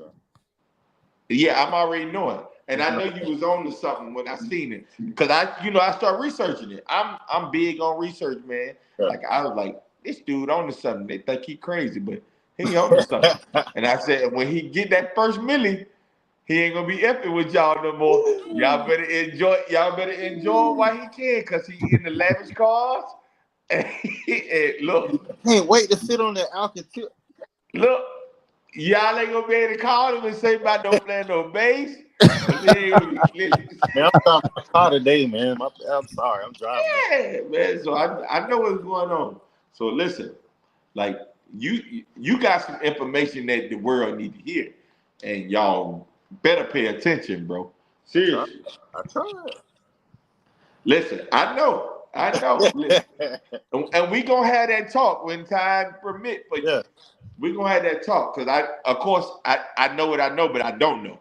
If Yeah. that Right. makes sense. Hey, I got you, bro. Let me know. Yeah. It took me a while to come around, but he came around eventually. Right. Slowly but surely. And so I'll let y'all move to the next question. I didn't want to take up too much time right now. Man, that's good stuff, bro. Yeah. That's stuff people really need to hear. They need to, man. People don't like talking about that type of stuff, but I mean, They small don't, time. man. Like I feel like financial management and financial security is like it plays a huge part in your confidence level. Yeah. It It does. like Mhm. you get A what lot I'm of people saying? miserable because they ain't got no money. It's literally that simple. Like it Especially plays if you're a a huge. person who got no sense. Like, Yeah, like, 'cause let me tell you something.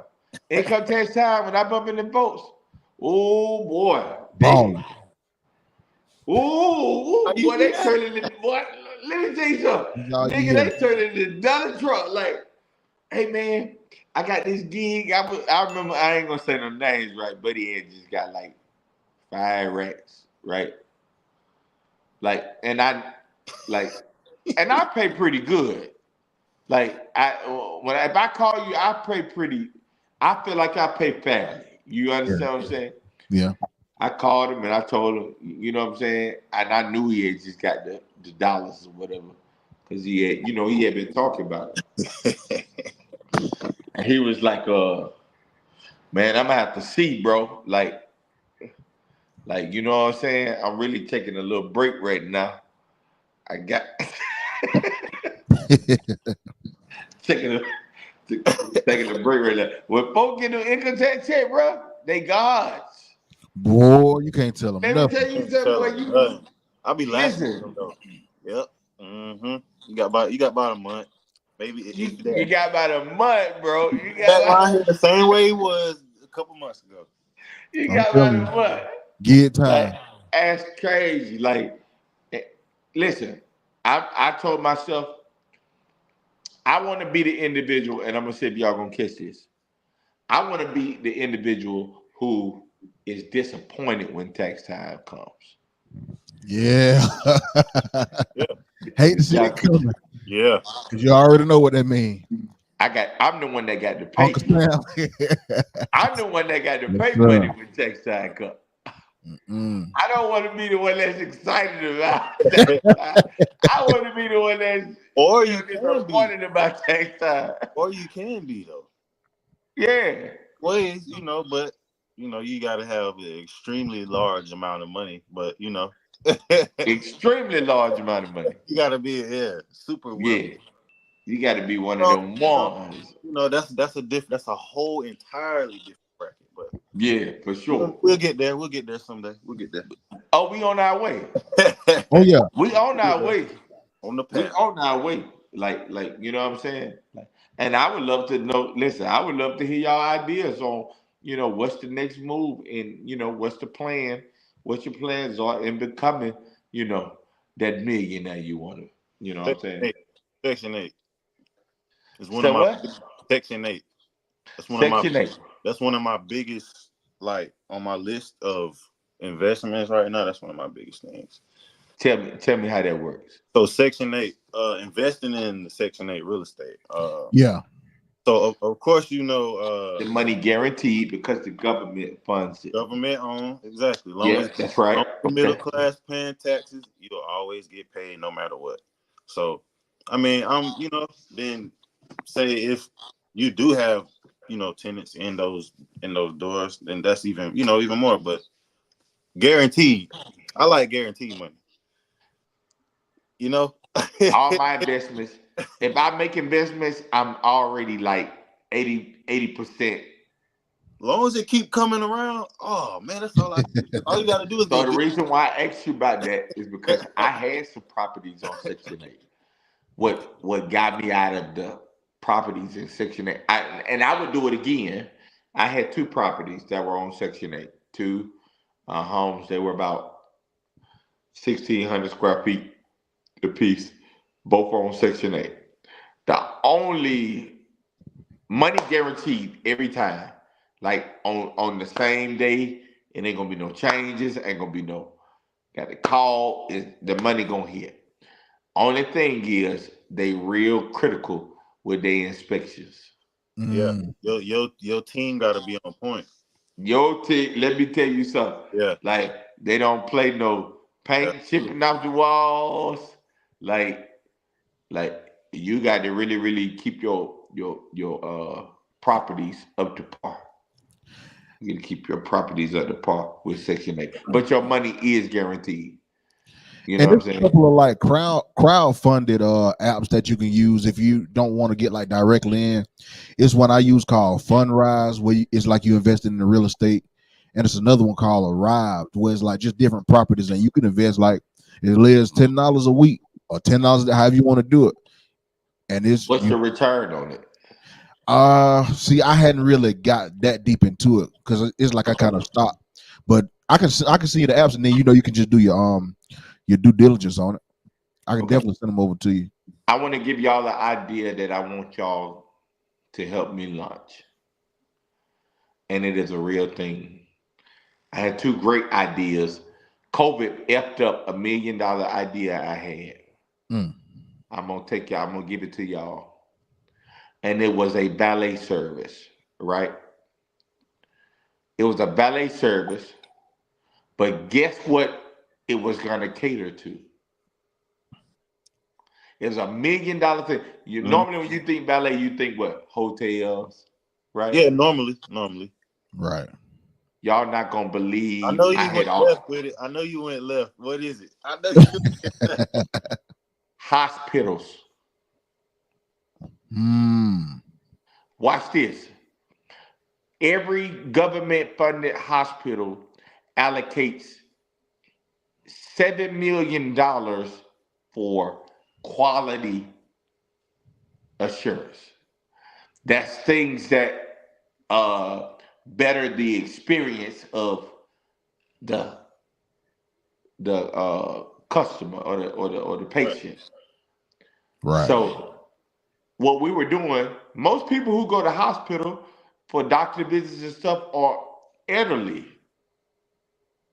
So you know most large hospitals have parking garages.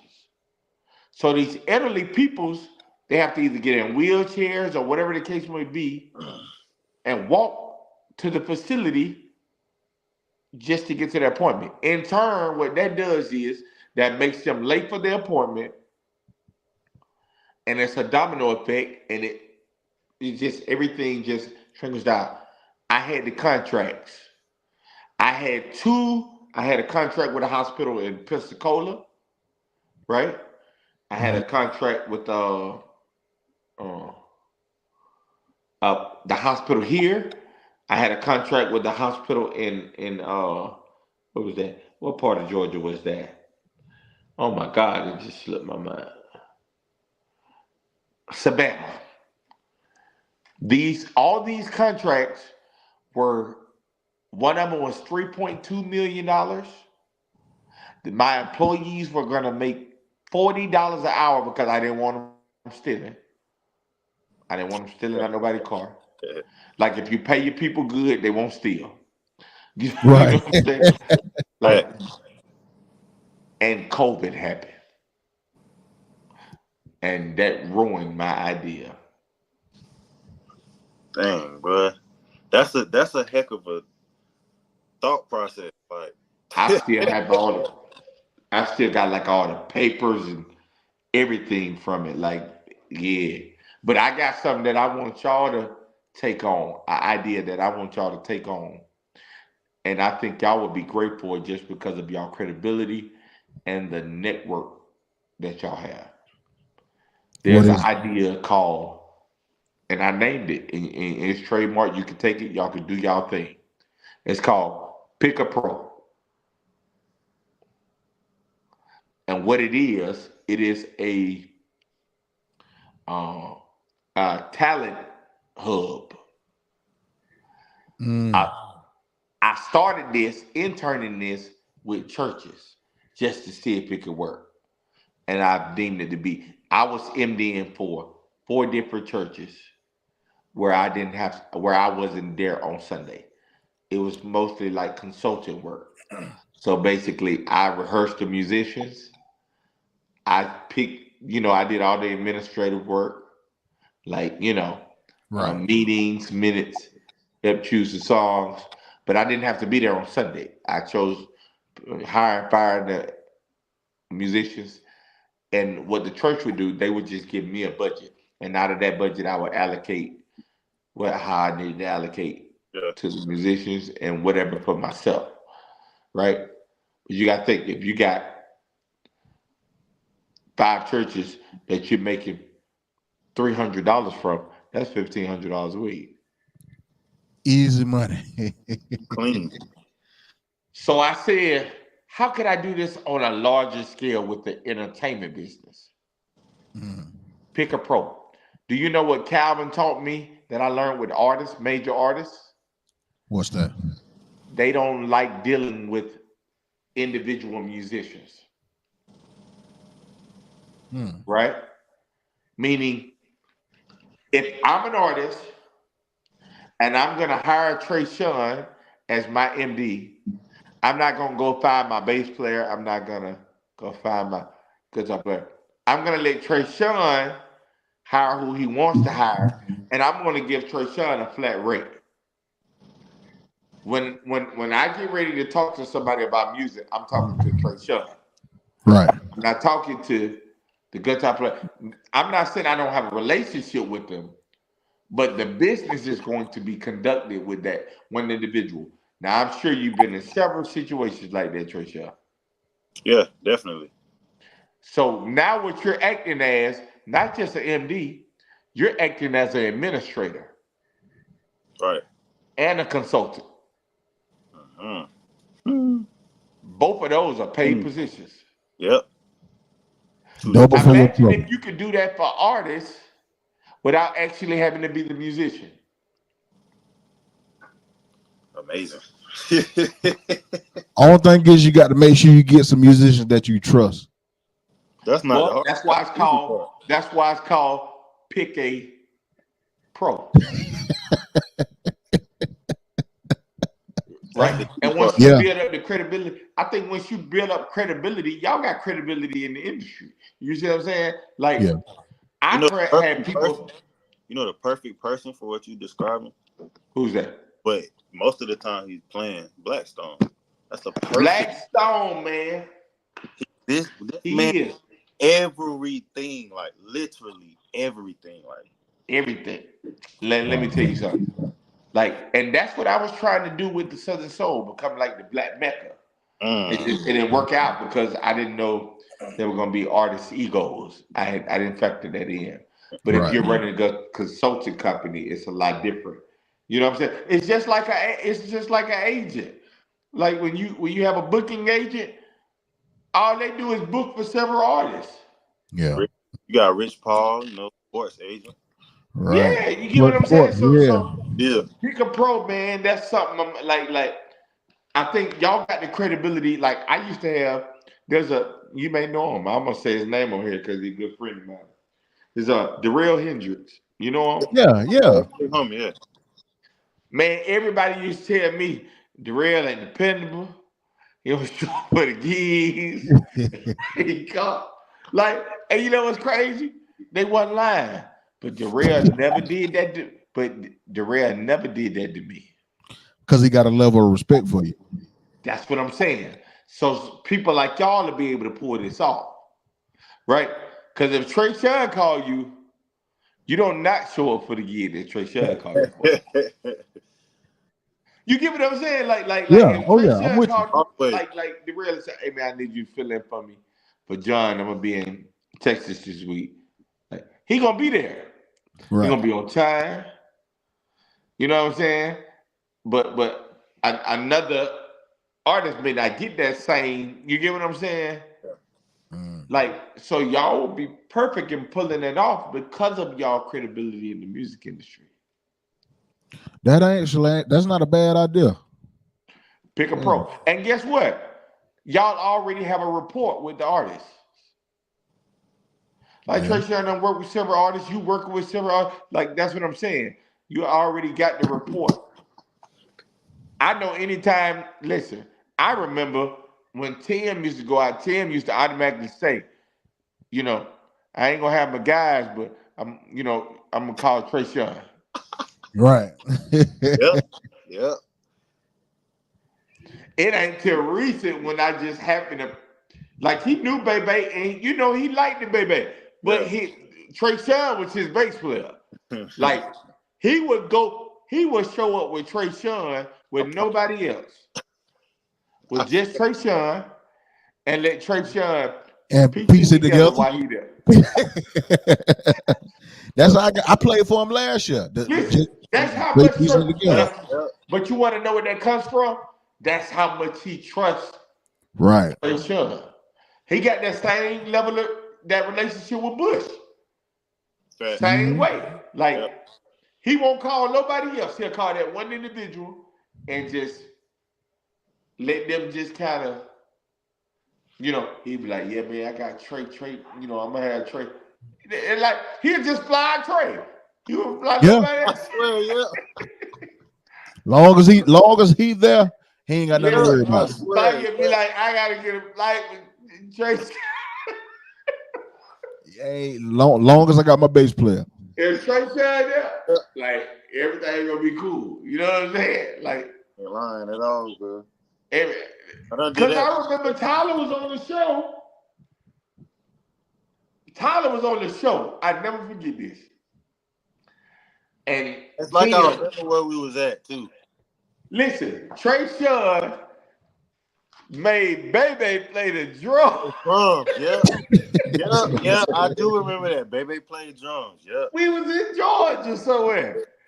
I played keys, Bebe Came played by drums. myself that weekend. Yeah.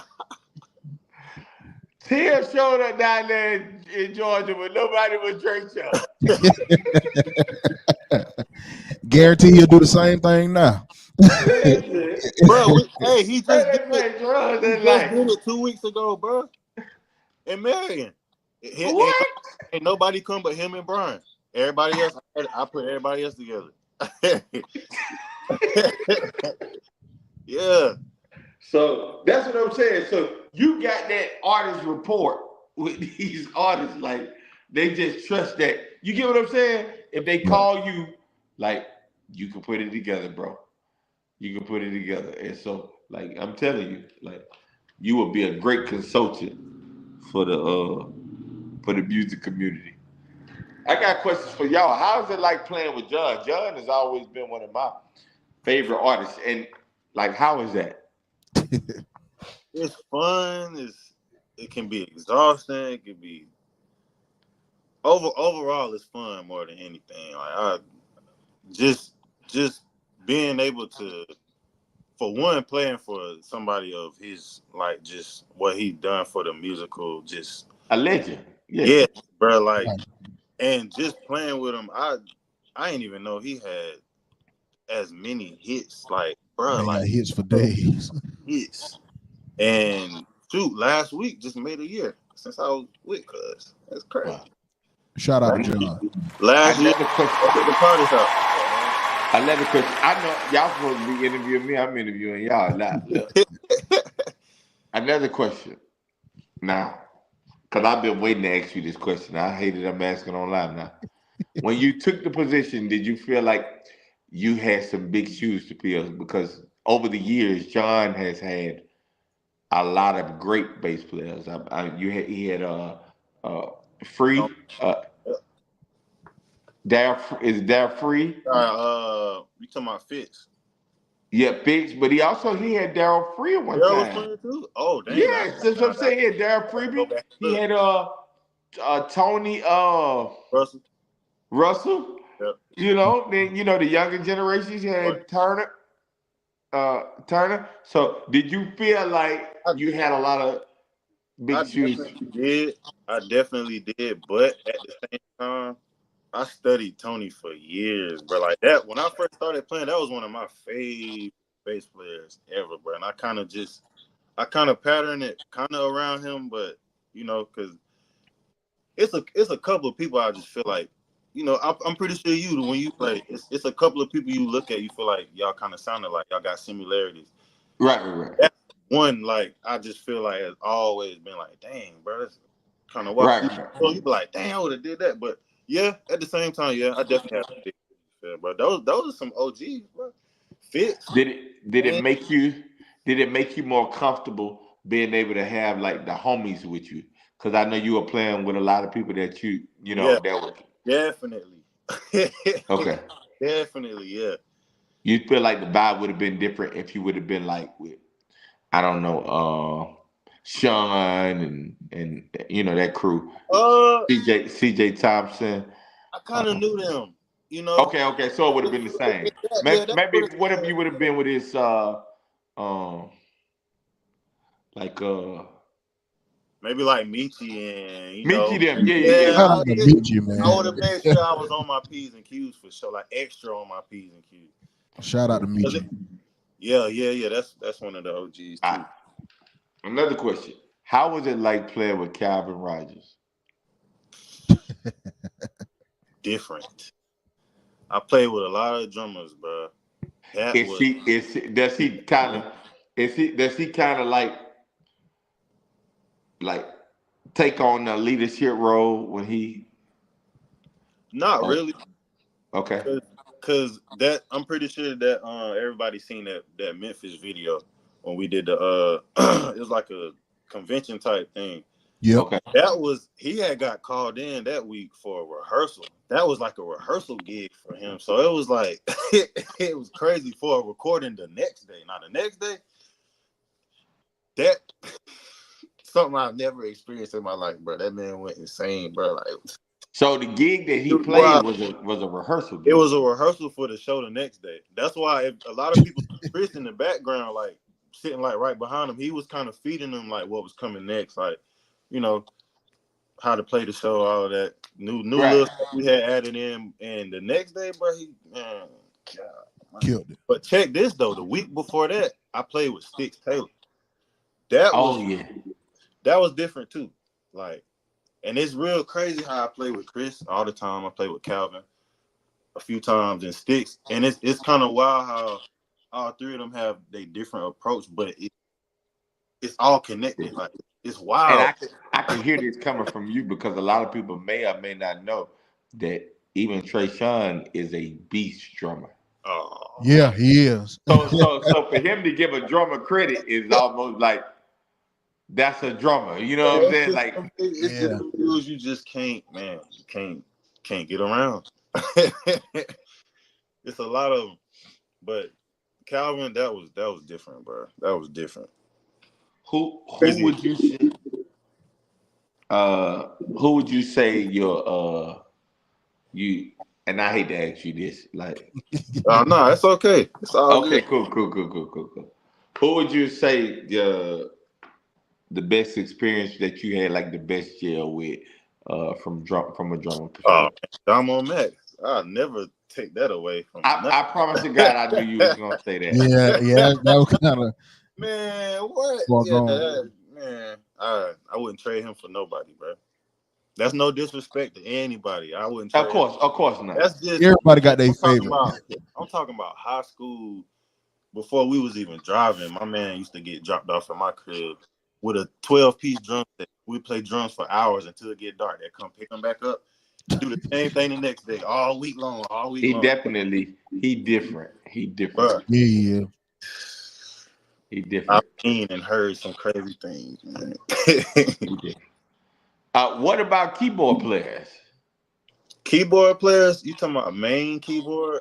Oh man, I done played with some killers, and I hate to say it because it's so hometown, but Trail. No, it's okay. Yeah. Trail Shout out Keys, to bro. Trail, man. I can't. Shout out God to Trey. almighty, bro. It's hard for me to. Yeah, I'm glad you did it. I'm glad you I did like Trey. I like Trail, man. Trail Trail is is really a very, humble. very complex, man. Yeah, He's very complex.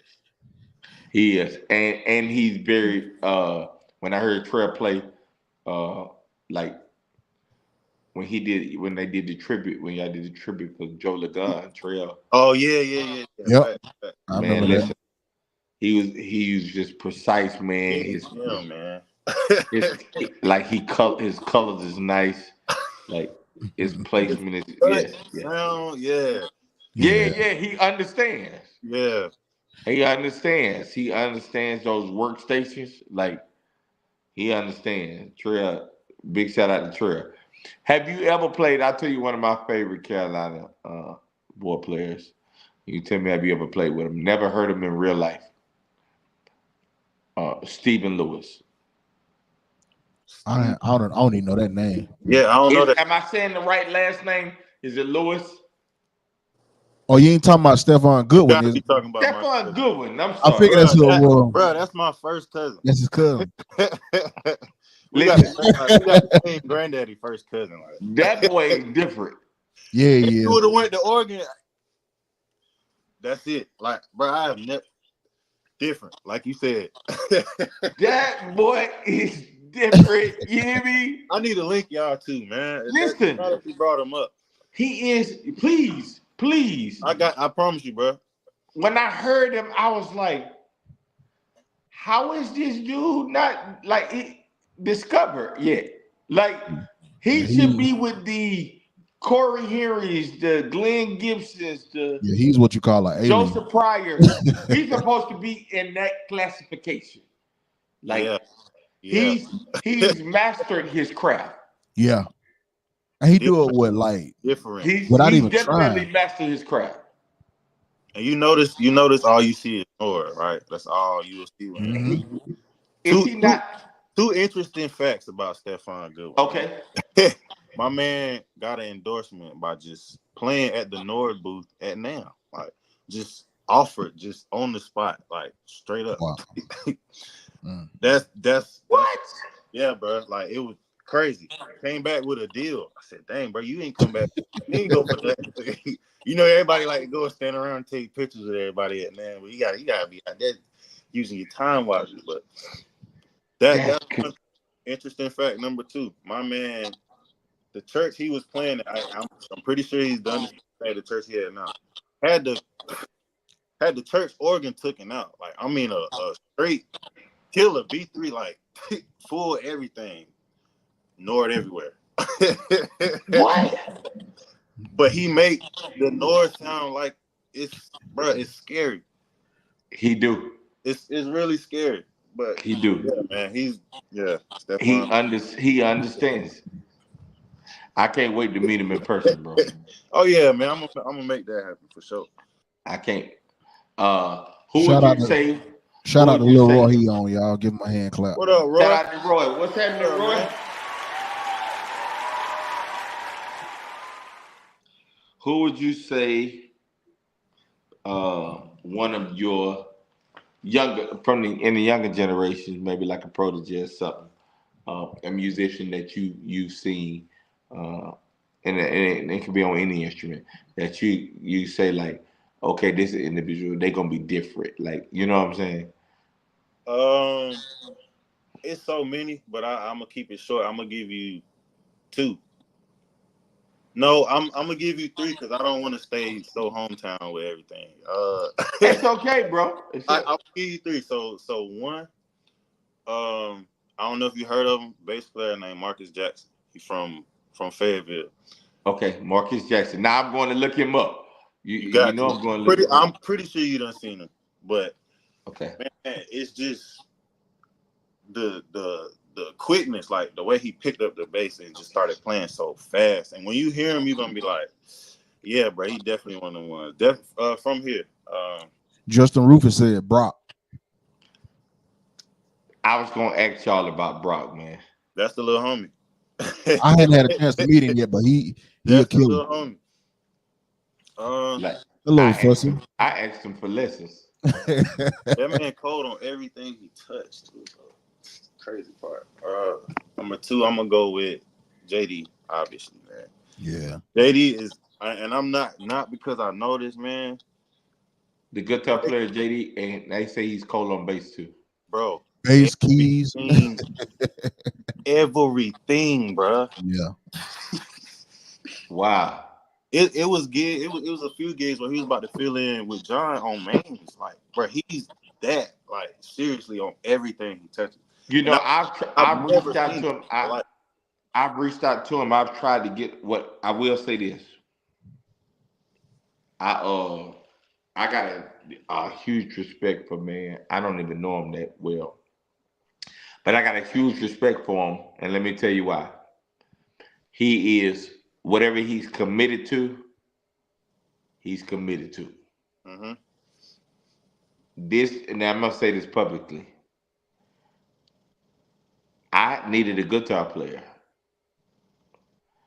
and I think the monies that I offered this guy was unrealistic. And he told me straightforward, like, I gotta go. I'm gonna be with the McDuffies, like, and that right there, I want to say publicly, boy. I respect you, and you got my utmost respect, and I appreciate you and your commitment, your integrity. That's gonna take you far. He didn't allow, you know what I'm saying? And I was like, when I realized that he wasn't budget, I kept going up and up with the number. I think I had got all the way to where I had almost offered the boy $900 for one show. Well, you should have called me. But I just wanted to see if he was really pulling my leg or if he was Shoot. really $900. I'll figure out a good talk for that much. man. Listen, I learned. Shout out, shout out to JD. Shout out to JD, Most man. amazing thing I ever seen, bro. I ain't lying. Committed, humble, and I can't wait till I get the opportunity to work with him. Now, is he y'all guitar player now with John? With John, but the crazy part about that, we all play at the church, but he play mains at the church. That's the bro. You got Y'all play talking about at John's yeah. We church? play at John church too. Okay, and Yeah. he play keys at John's church. He play keys at church, but he play guitar when we on the road. Wow. Deon, something else you probably didn't know about Trey is he Okay, used to lead sing for a group called the Stars of Faith. is this true? Yeah, out of Charlotte, North Carolina. Just stop. You ain't never seen. You never see me on nobody's front line, nigga. You ain't gonna see me on nobody's front line. Hey, Richard is Let trolling alone the on front tonight, man, like boy. stop. He is trolling. He is trolling. Boy, I was like, what? Hey, while we still here, I'm gonna get my number 3 out the way, bro. I gotta give it to my man, Lil Calvin, man. From Memphis. Drummer, yes, sir. Oh my God. Yes, Now sir. you know he's played a few gigs with me. I've seen it with my own eyes. Let me tell you something, man. What's his last name? Bush drummer, Lil Calvin. Oten is Oh, okay. Yeah. That's definitely one of the yes, bro. he's gonna be different. He understands. And he like 18, ain't he? I don't think he that old. For these Bro, young boys. These young If boys he is different, man. 18, he just turned 18. bro, he is. Because at one of the shows, we almost couldn't get him in. Wow. He that young. Wow. But But yeah, him. let me tell you something. Never did a rehearsal with him a day in my life. The boy came in that gig and played that gig like I gave him some notes. Man. I gave him some notes after the first night just to see, to challenge his attitude. Because a lot of musicians, they got the gift, but they don't got the work ethic or attitude to. I gave him a whole list of notes. He's like, man, I appreciate this, Deon. That boy came out that second night because it was a 2-day show. And he was disrespectful on them joints. You hear me, dog? Like that boy. It push your confidence level, bro. When you get called on a big stage and you ain't had no rehearsal. Yes. That's how I was, bro. I got called out for a 4-day weekend with nothing. Like me and Chris drilled some stuff the night before, like a Wednesday night, and I had to be there Thursday. But that it's something I don't know, man. It's something. Some niggas just like him just got it. So you actually, when you got the job, so you actually filled in, and then got the job. So how did you start working at the church? Man, on the way back home, they asked did I want to start playing at the church next Sunday. God, Just filling his lap, just like that. It happened just like that, bro. God, dog. So I guess that works out when you got to be out on Sundays because we come right, and he is not missing no Sunday morning. He coming back to preach at church, bro. Wow. We're gonna make sure we somewhere where we can get back to church Sunday morning. Right. And we may do a Sunday afternoon if it's somewhere close, but he don't really do Sundays like that. We both had a show. I think it was this time last year in Greensboro, right? In Greensboro, Yeah. the hotel we were staying at, y'all were having a show at. Crazy. I came in there, y'all was dumping bad. I was like, baby, that Trey Sean up there on the bed. He was like, yeah. And I'm like, that's Chris. Another I can't not talk about cut from the same cloth. We all come from Tech, bro. Damo Britt. Another Carolina hidden gem, bro. And a lot of people don't talk about it. Shout out to Domo. Let me tell you something. And I gotta say this publicly. Like I knew Domo was a great musician. But I think I allowed his choice to be discipline as a musician with Doc, Mm-hmm. I underestimated him. Mm-hmm. Me too. Me Right. Man, too. I I didn't know never that knew boy was that real And that's like why a lot that, of that, bro. he I underrated never because a lot of Like people I just didn't don't know know. he was that boy different. I never knew Hmm. it, bro. This nigga have 6 boards and will play every bit of every last one of Man, them, bro. And not miss a beat. Not He miss. don't. Yeah, he I be on it never now. knew that, listen, man. I said Never to knew. myself, I said, I don't care who nobody get. I said it's gonna be hard for John to really do get another Sean. Mm. Like, cause Sean is a hell of an ox player. Like, Was you in Texas? You wasn't in Texas. mm-mm. It was a big Spivey jump. You all weren't there this year. Nah, I know you're talking about. So, Yeah. uh, Okay. listen, but when I heard Dawn play that gig, I was like, oh my god. This nigga had a board, bro. It was, bro. His board was this wide. It was this What? wide, bro. Sean, he filled in with us in Texas. He had a board this wide, bro. He put it on top of the 88 keyboard, and that's all he had. Bro, when I tell you he wore that little board out, bro, and he didn't miss nothing. It's some Sean, crazy niggas out Sean here, is an man. ox player. It's some That's crazy niggas out here, man. Sean is a ox player. Now tell me something. One of my favorite ball players of all time. I don't know. I know he helped John out sometimes. I don't know if you got a chance to play with him yet. Joseph Pryor. Nah, I haven't. Nah, I ain't got a plan to Okay. say. So he helps John out sometimes. Mm-hmm. Uh, have you heard Joseph? Yeah, I heard. I heard him I on hadn't heard bass. him. I heard him on bass. You seen his videos, Rich? I promise you done seen him. Like I done seen him in real time. Like in fact, I met him before he went out with Ty on the Bloody Winds tour. This was Mm. years ago. The boy had to been about maybe 17, 18, something like that. Like, Hey, Fuzzy said, "Give him some lessons, Trey." Man, I don't like when people say that, man. like you be feeling Because like I feel like it's always something we can learn from each other, man. It's always something I can learn from you that I don't know. So I can't give you no lessons, but we can sit down though. Like we can do that. yeah, and just share it. Yeah, let's do that. Yeah. They man, I would love for y'all to put one of what's up with the trailer, man? Y'all don't do that no more. That is that not have y'all outgrew that? You said with the who? Like where y'all get together at the trailer and do the music thing, y'all don't do that no more. Man, ever since my granddad passed, God rest his soul, man. It's just I don't know. The trailer ain't that because I had a whole trailer in my grandparents' backyard. Okay. And ever since then, it's kind of everybody kind of grew up. Everybody moving around. It's another spot around here though we get together at, but you know we ain't been to the trailer in years. And But even if you do everybody, another spot and you call it the trailer, okay, Mm. yeah, you that's get what, what I'm saying?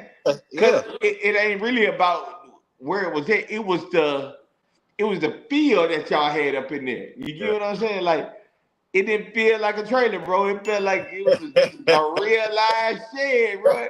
Like Ain't for Yeah, real, nobody it here to felt like chop a real nobody's live shed. head. Ain't nobody here trying to chop nobody's heads off. You just, just play. bruh. It was We like know what that was the we know first what place. each other do. We know. I know this nigga can play circles over everything. I know this nigga the coldest drumming, bro. That ain't why we here. Let's just Let me learn. tell you something, Bro. and I can say this in I'm 37 years old.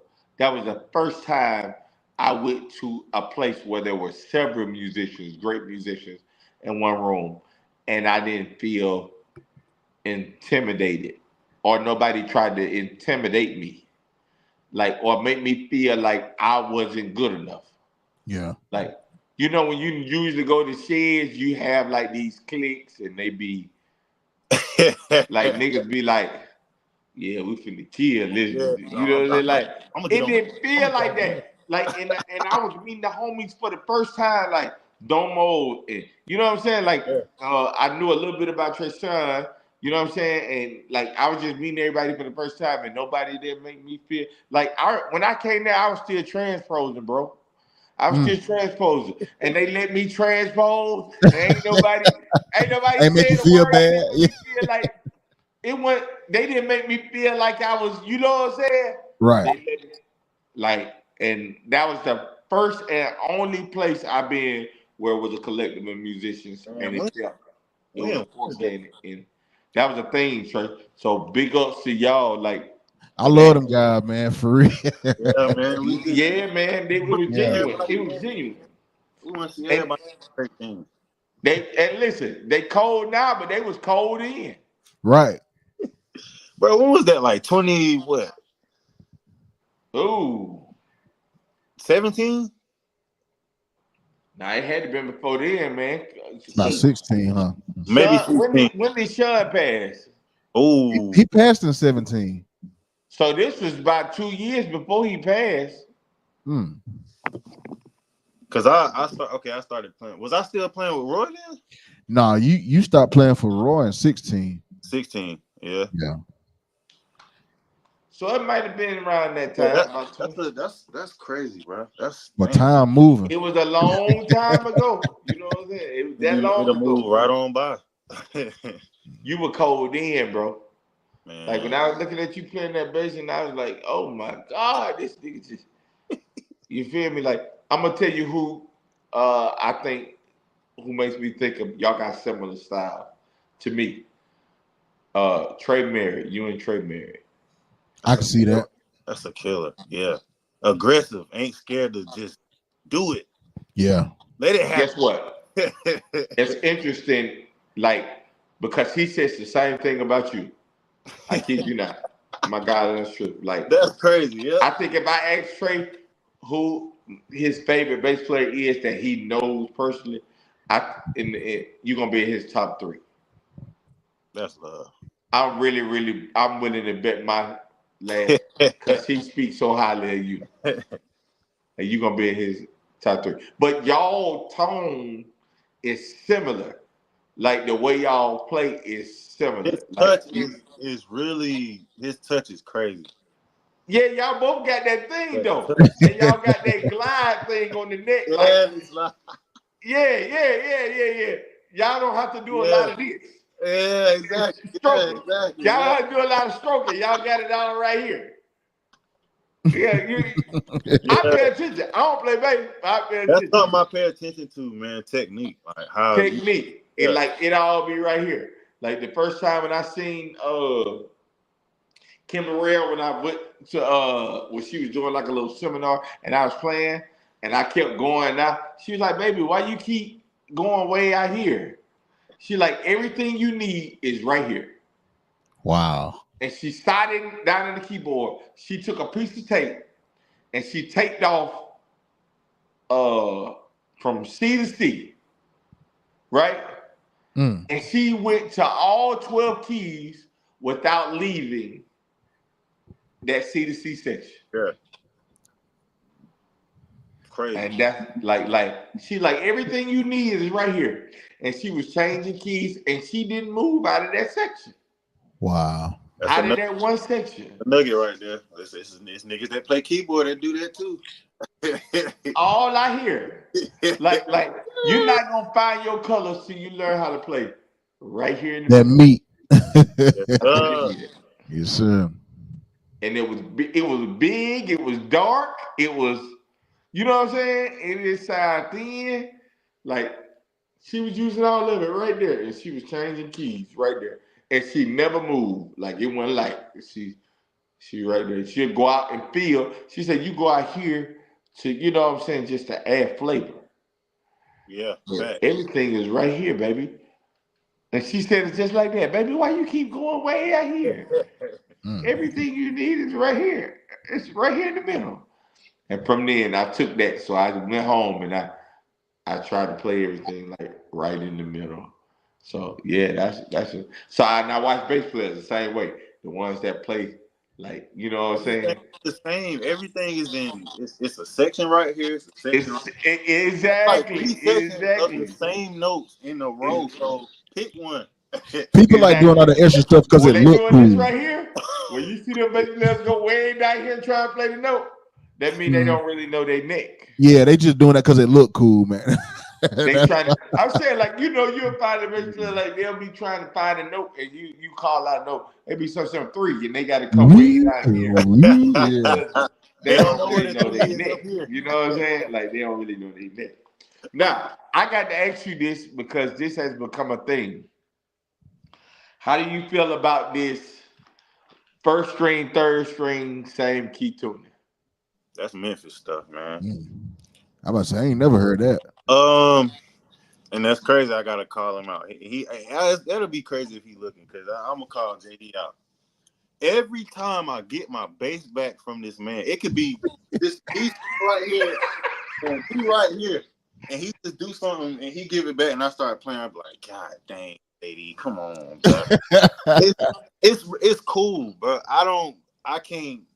Like, I gotta spend more time with it, but it's cool. Like, it's cool, but What is the purpose of it? I never understood the purpose of it. So I like the way it sounds because Bebe do it, and he gets a so lot Baby of. doing that. Bebe do it. So he playing. So does he play in 440 and he drop his top string to A, or does he No, drop his whole no, bass? they A. So he A. So he got 2 G strings. Yeah. He He playing on the two. top, a low G and a middle G. Correct. Or he Okay. playing 2 A's, I think. So he got. Is he on here? Baby, help me. That, I He, mean, he was. I think if Fuss he is got still 2 on here. A's, he tuned 440 then. If he he took got 4 points. Yeah, if he got 2 A's. That's Okay, yeah. So so he took. what I get out of it, so Sheree Reed, Snoop Evans, Tony Stanford. I seen Tony do it. It's a little. If you ever seen a bass like this with a little like slide thing right here, it's called a tuner. If you drop it, it'll drop the whole top string to A with just a click of a button. Like it'll drop the whole top string. If you click it back, it'll go back to wherever you had the bass tune. That's kind of what I get out of it. But these niggas I that didn't know master that. just playing it, just stuck there. So it's different. Like, but I get it. I get it. I thought it was one of them A whole things. lot more effective than the low B. But I thought it was something that they used like to now because I was like I kept wondering how they was getting all them lows on them third strings. Like they was yeah, they boom like they pull one in and they drop it. I was like, what in the world? Like I was like, ain't no way. that's what I get I out of said, it. ain't no. Listen, when I seen Darrell do it for the first time, I said, ain't no Oh, way. let me tell you who blew my mind. When was that, Rich? When was y'all just in Hillsboro? Like 2 Fridays ago? Yeah. Junior Taylor blew my mind. So, of course, I've been knowing Junior Taylor since I was, 10, 11, 12 years old. He always been a fan of the 4-string. He always have played 4-string. Nigga, I'm looking at this man play. Yeah, he was in his bag. I don't know And what he he had going on. he drops to a low B on a 4-string. So I'm like, bro, how did you how you do that? He playing thank you on the top string, thank you in B. He playing it in B on the top string. Right. This nigga tunes his bass from top to the 4th string. Yeah. So he got B, E, A, D with no G string at the bottom. That's wow. That is the weirdest thing I have ever seen in my life, bro. So he tuned it like a 5-string. Without the bottom string though. Crazy. That's different. So he playing all the songs in the weirdest keys. Yeah, he was doing some crazy stuff. Like Junior was in his bag, bro. Bro, how you get to a low B on the 4th string? That don't make no sense. That is crazy. The and y'all like with Terry, yeah, oh my God, bro. That was fun. Oh my God, bro. And the young drummer. Cam is a dog. He done played with me a couple of times with Tim. Yeah. Look, Cam is a dog, man. Yeah. That boy different. On the mic too. Did you hear the nigga singing? Yeah, that's what I was like. All of that. Shout out to like my boy and Mario, singing and man. playing like just Shout out to yeah. I Mario. was like, He came yeah. through for me at the last minute, man. Mario, give Mario a hand clap, man. I don't know if you give him a hand Shout clap. out to shout out to Mario. He gave Shout me. out to Mario. He Mario, came listen, through at the Mario last always minute, been man. goated. Mario, the only person who will be holding hits for years. Very, very, very underrated bass player, my boy. He is, man. Dog. He's an underrated individual. I remember watching Mario with the Swannies, bro. I remember Yeah, he looking was just play something with the different. Swannies, Yeah. bro. I was actually, I used to actually, before I knew Mario, uh, I used to, uh, now don't load me now. I used to play his records, man, and I used to pray and cry. He had a song called Press On, That's bro. all. Like, Yeah. oh my God, but that song you tear me up on what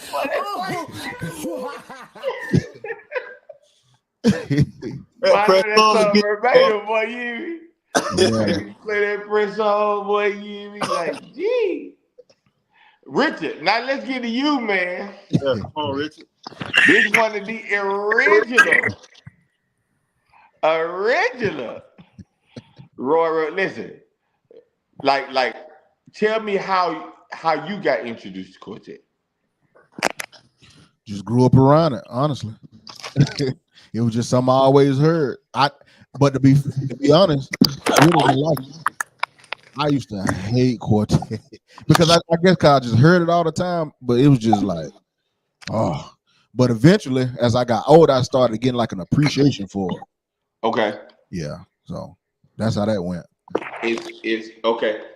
Tell me, because I asked a lot of people this right here, Okay. and I think this is a big question, and a lot of people should consider this question. When you decided to be a part of a quartet group or to get with a quartet group, do you get with a quartet group just to come in and do your part, or do you think about how you can make the whole organization better? And if so, what does that look like for you? That's a great question. Yeah. To be honest, when I got my first group, I wasn't thinking about it. It was just more so I just wanted to show people that I know how to play keyboard a little bit. Okay. Yeah. So even when I first got with a lot of people don't know I started with the Swannies. They gave me my first chance. Okay. Never really thought about doing anything outside the box with them.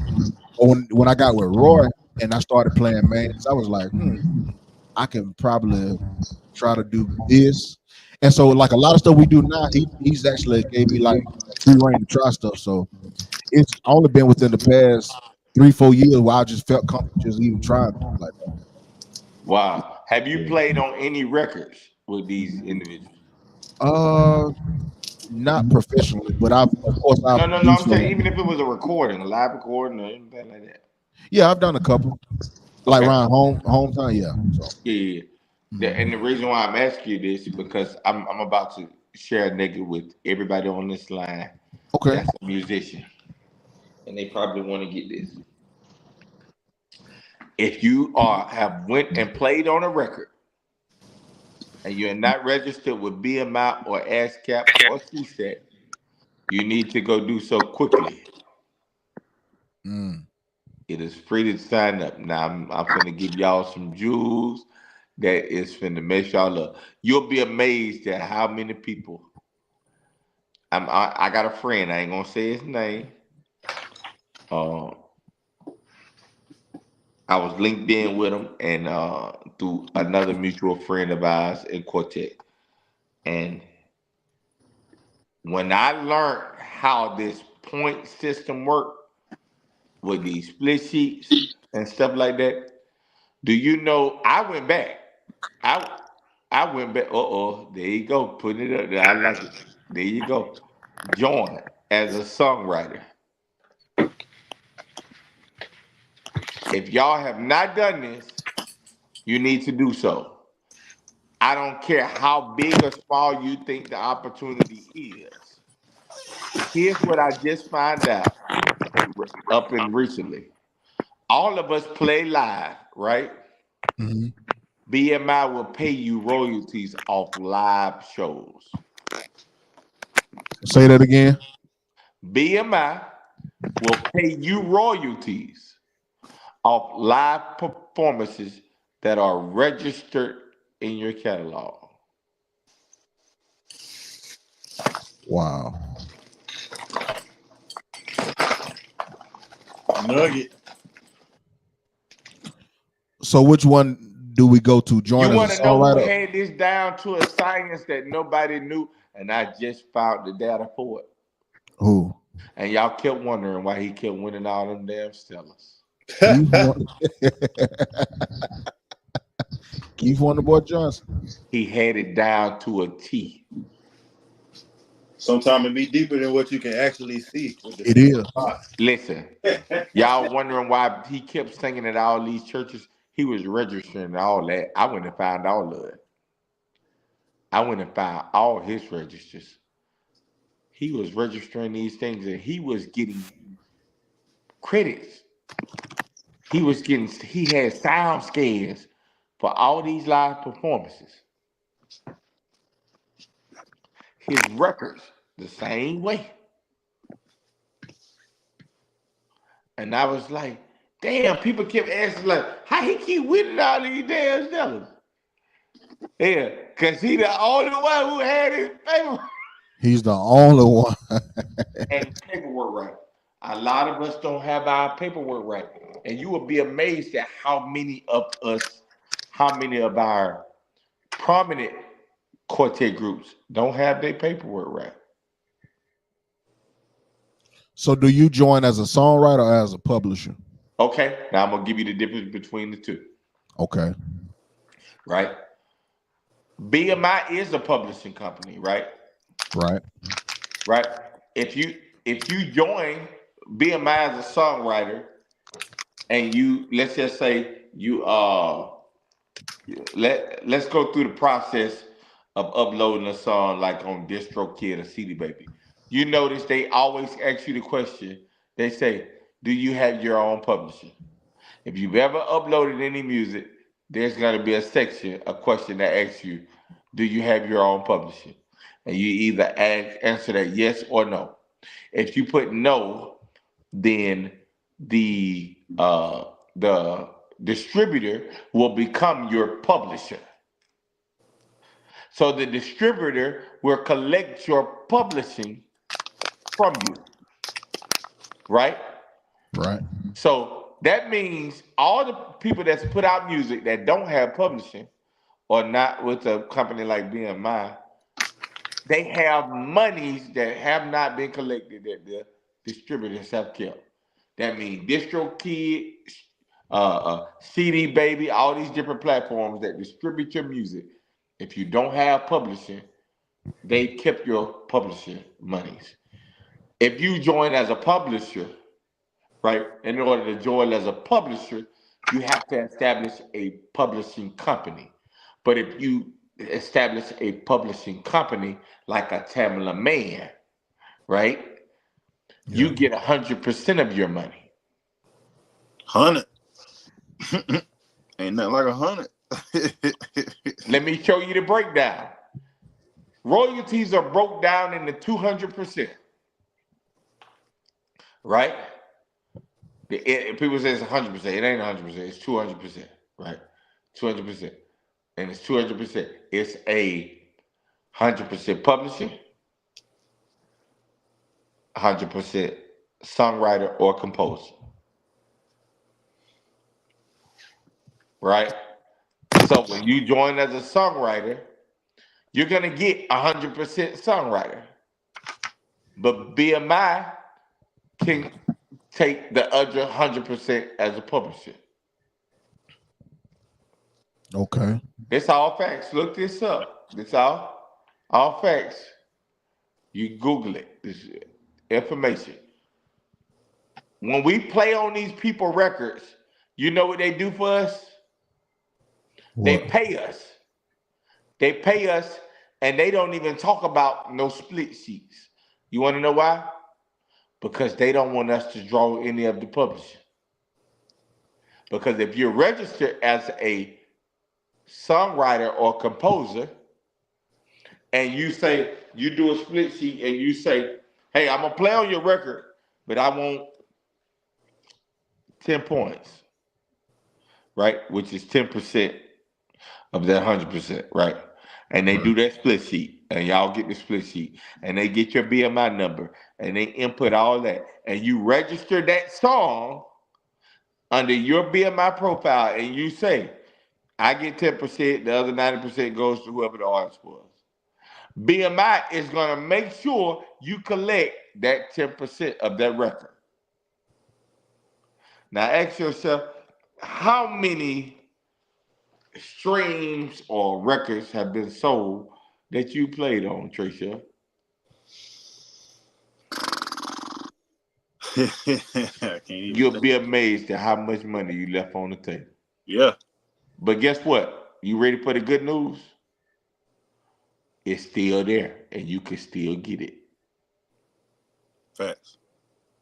right now. All you got to do is hit that button. Go through it. Go through it real quick. Can Yeah, you? Will it allow you? get a tour Huh? through the tour. All you do, join as a songwriter, sign up, and when you sign up, after you sign up, it'll say catalogs. All you do is say add a new work. You add that work, whatever the name of that song is, the owner of that song, and you put in your percentage. If you were a composer on that song, you get 50% of composition. BMI will go get those monies for you, and they issue you a check. Let me hold You it. think of every record that you done did and registered. Oh, I got some. I'm telling you now, I did this, so I know it's real. Sitting right here in the living room in this spot. Go listen. I go through every catalog you know there's some catalogs out there we done played on now. Yes, Like, sir. hey, let me get that. You know what I'm saying? Let me get that. You know what I'm saying? And I negotiate mines up front with the publisher. Like, hey, I'll play on the record, but like let me get 10 points or something. You know what I'm saying? Even the mix engineers, they getting theirs. Yeah. Yeah. The mix engineers, they putting their points on there too. So for sure. Another thing I would like to see us quartet industry do is spend a lot more time, money into our mixing. Because you have a lot of musicians that put together a lot of hard work on making these records, and then they come out sounding like trash. Forget Yeah. about the mixing part. And I don't know why. Why is that a thing, y'all? Uh, I don't want to talk about the genre, but we cheat. I won't really say. Well, We I ain't gonna say can be. well, we You really think you cheat. think that's what it is? I don't think we cheat. Well, partly Hey, check we this are out. cheat. We just don't really know no better Check in this most out. cases too.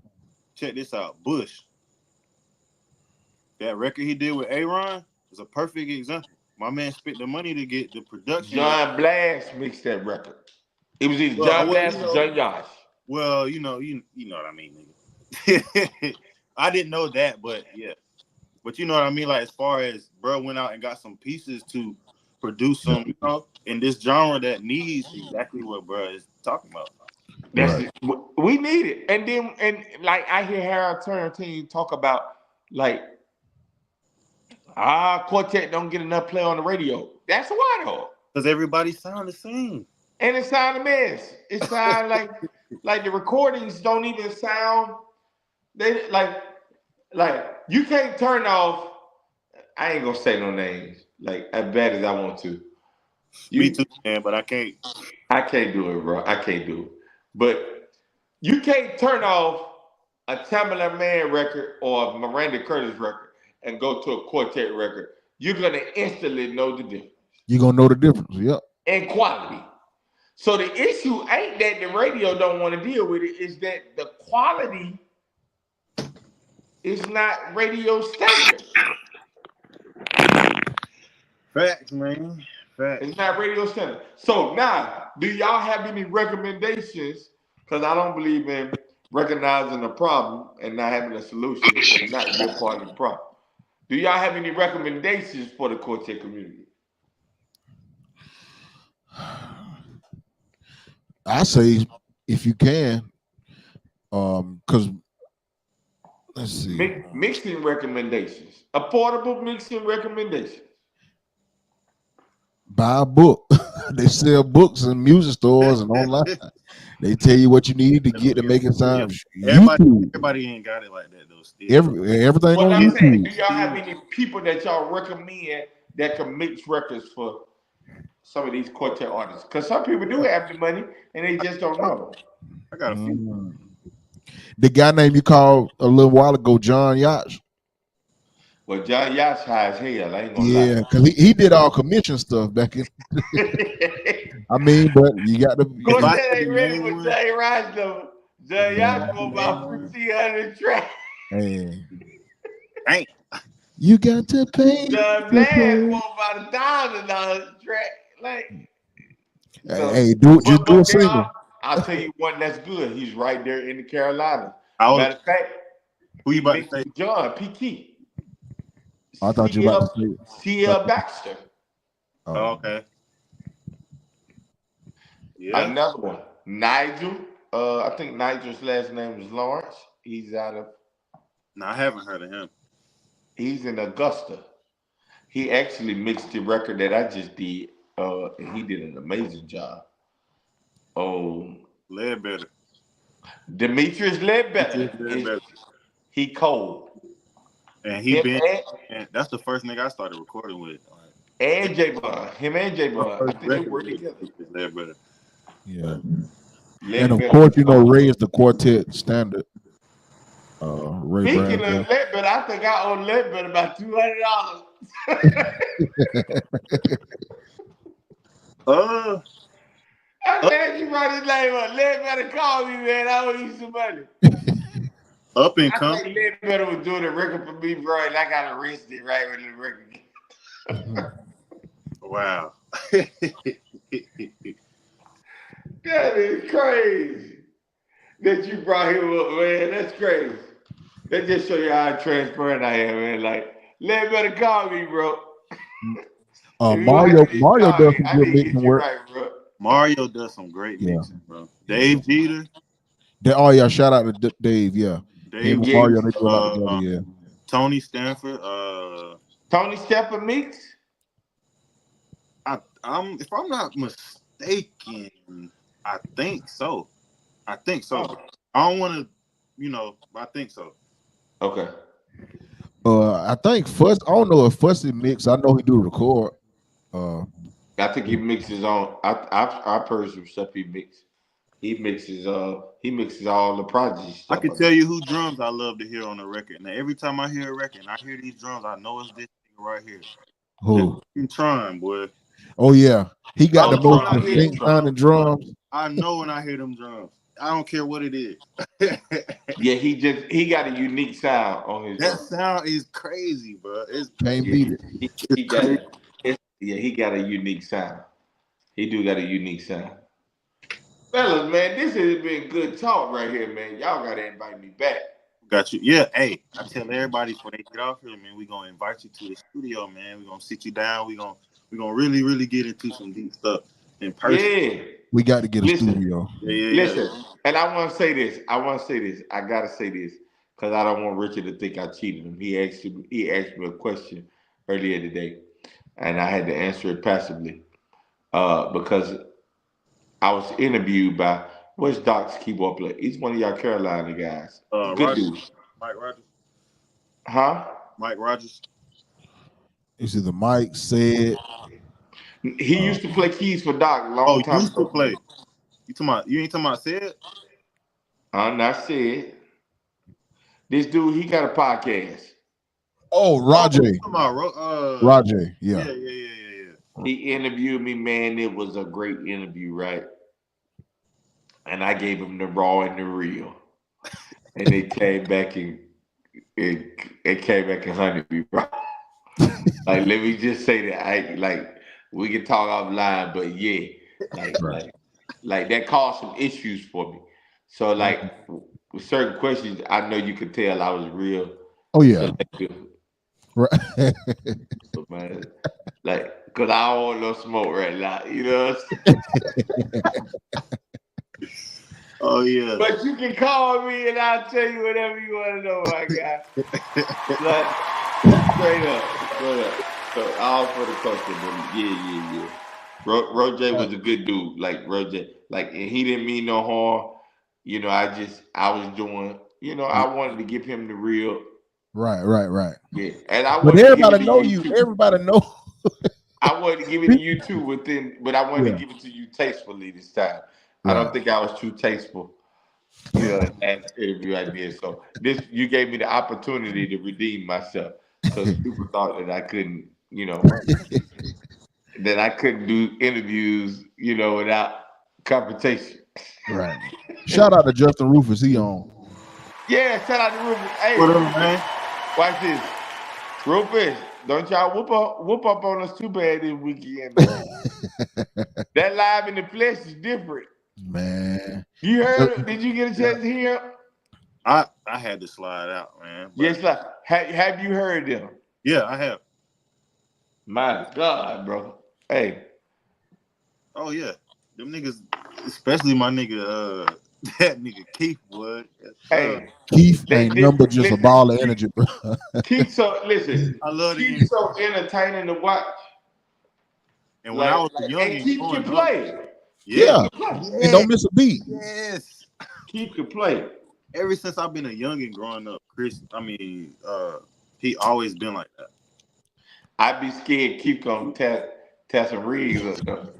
that. I told Keith, I told Keith before, like I knew you was gonna be cool. Like what I know about you, like you realized you had took the beat.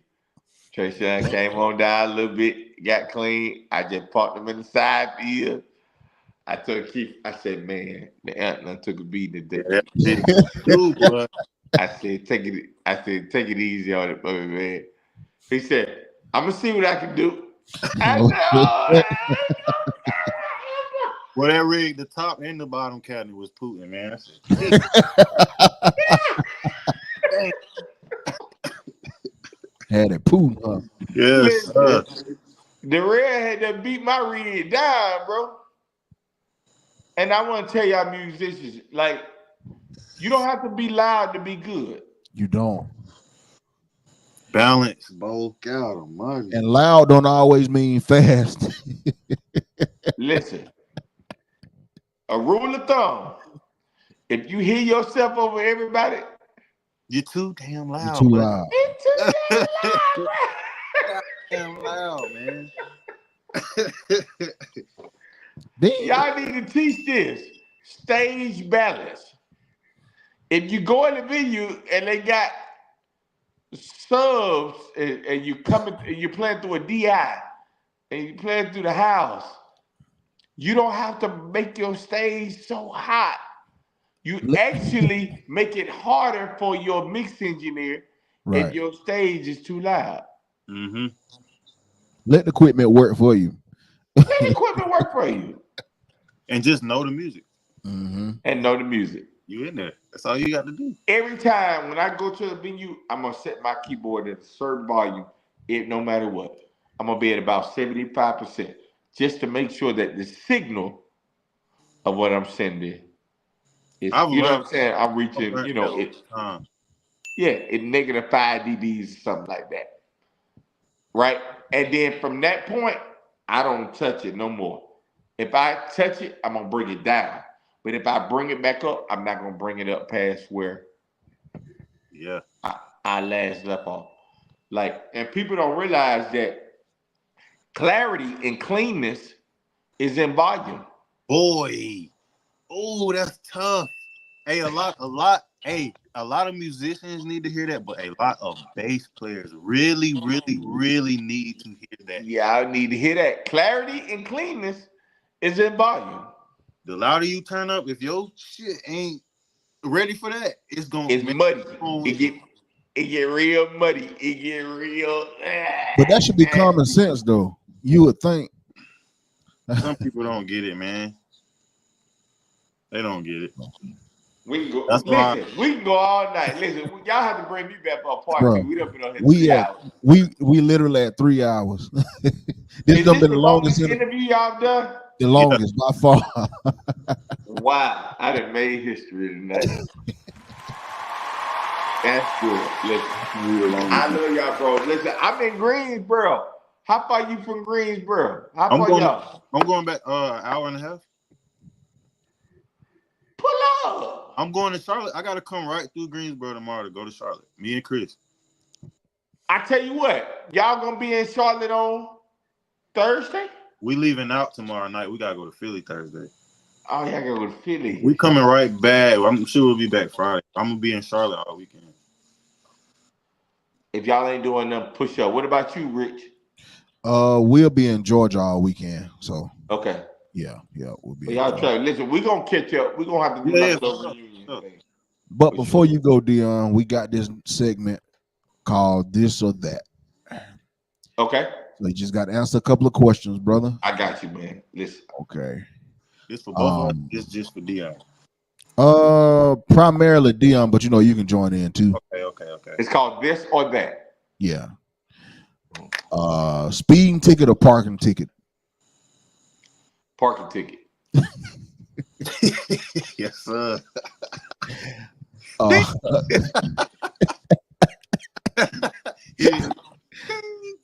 Passwords or secret handshakes? Passwords. Okay. Netflix or Hulu? Netflix. Can't beat the flicks. Yeah. Owe money or owe a favor? Say it again. I didn't hear you. Owe money or owe a favor? Favor. Right. Wine or beer? Wine. Wine. Oh, what? Just give me wine. I take wine over the lid. Yeah. Give me wine. I'm gonna go get my bottle of Riscato when I leave. Yeah. Let's see. Sneakers or dress shoes? Sneakers. I'm a sneaker guy. Well, this one we hit on earlier. Cash or credit? Credit for sure. Cash is king. Don't get me wrong. Okay. PayPal or Venmo? PayPal for me. Venmo is touchy. Too new for me. Yeah, give me PayPal. Yeah. But Venmo, and they done had some issues over the years. Yep. Yeah. PayPal is credible, and eBay. Most of your high end merchants use them. Amazon, so they credible. PayPal for sure. Name brand or generic? This gonna shock you. Generic, man. A lot of things, it depends on what it is. Yeah. Like you like what do y'all like what I got on now? Yeah. It's just cool, it's chill, it's different, right? Right. Y'all ain't gonna believe where I got this from. Where? Walmart. Walmart be having some. Walmart coming up, man. $8. $8. Do you know what I used to tell my homies? What's that? Now my watch, I gave a yeah. Pretty But little you know what I used to tell my homies? I can get away, like depending on it's here, it's in the mindset. If people believe you're successful and you carry yourself in a certain manner, you can put on the most least expensive thing and they'll think it's the most expensive thing just because you got it on. That's crazy. So But I'm that's how the mind works. these niggas probably like, I bet that nigga got on so you know what I'm saying? Like, and I'm sitting here with it's like you make the clothes. Right. Who you are, the person you are. This hat come from Walmart. These glasses come from Amazon. Like it's It's you. That's it. I mean, it's just you. you know what I'm saying? Now I ain't saying I don't have designer stuff. I got designer stuff, but Right. like if I buy something designer, it's because I really like it. I don't buy it because of like I just want to say, oh, I got Gucci on. Like I like what I bought. You know what I'm saying? Before you get off, another good question I got for you, brother. Very, very important. Very, very important question. Okay. Advice you would give to people when it comes to their teeth. To their teeth. When it comes to Oh, what route to take when it comes to veneers, you got your, all the. porcelain or Yeah, that's composite. what I'm saying. Like, which route are you? Like if you would recommend like healthy, safe way, because it's a lot of you see everything on the internet. It's a lot of videos of people getting bad teeth work done, Yeah, and yeah, that's yeah, one of my yeah. things. In my eventually. So if you're gonna get any, obviously any, this is cosmetic. You know what I'm saying? It's just like a woman getting a BBL or something like that. Like Right. if you're gonna get anything that's cosmetic, right? The first thing I recommend for you to do is to do your research on the doctor that's performing the work. That's the Yeah. first thing, right? Facts. Everybody got reviews, and if you ain't got no reviews, I don't need to be You ain't using. got nothing in my mouth. You know what I'm saying? Yeah. So you want to make sure, because I got my joints done out of the country. You know what I'm saying? Uh, but I had already been doing my research on this particular dentist Yeah. that Right. was credible, that had did, Moneybag Yo, a couple other people. So I highly recommend you do your research with whoever. Don't just go with what you think is affordable. Yeah. Facts. Yeah. Yeah, That you know money. what I'm saying? Because you got some people out here doing it for 2,000, 3,000, $4,000, and they cracking or chipping. I've had these for uh uh I want to say at least about 8 years, bro. Hmm. Shoot. So you Yeah. got so you got the screw on like the ones they. No, no, no, no, no. So I'll have You a just screw got the. ons. So the way I'll tell you the process. What they do is basically a screw on is more like a what do they call that? When It's they not come, a denture. they It's called kill a out two of them boys. huh? They give you a whole new 32. They give you a new set Yeah, of them. yeah, yeah, yeah. But that's not called a. I'm actually one of my teeth broke in the back. They were actually gonna replace one of my teeth, but I can't think of what it's called right now. But it ain't called. It's not a veneer. What a veneer is basically like a fingernail polish that goes over your teeth. Over the tooth. Yeah. Correct. So what it does is like they tell you they like for your teeth to already kind of be straight. They recommend for you to get braces before you get veneers, so that your teeth are straight. Uh, and I'll go ahead and show you if you like here, like you see how I got a slight imperfection here. That's Yeah. because I didn't get braces. Because a veneer doesn't straighten your teeth; It just made them motherfuckers white than a it mother. just make them white. You know what I'm saying? Now they can use the veneer to close in a gap because I had a gap here in the middle, so they can close in a gap, but it don't. But on the back side of your teeth, that gap is still there. Yeah, I see. You know what I'm saying? So all it is like a fingernail polish. They'll file the front of your teeth down a little bit. They'll shave it down just a little bit, just so your teeth don't look so bulky. Fact. Right. You know, they Right. shave it down in the front a little bit, so that way when they're adding the enamel to your teeth, that it still keeps the same size as your original teeth. Yeah. I highly recommend for you to get gum contouring. Like I had teeth that look small. Nobody's teeth is small. All teeth are like about this long. Believe it or not, your teeth are about that long. Mm. Right. Like if you ever pull your teeth out, you Yeah. see it's about that long, right? But what happens is some people have where their gums come down so far, and it makes their teeth look smaller. Yeah. But when you get gum contouring, that's why my teeth look symmetrically the same size. Because what I did was I got gum contouring, basically where they lasered my gums to where Right. my teeth would be the same size before I even got the porcelain done. Yeah. So I had my gums lasered to where all my teeth were the same size.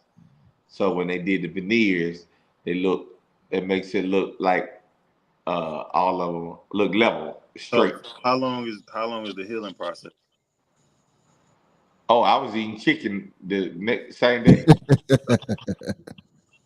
The hardest part, yeah. It's the job, bro.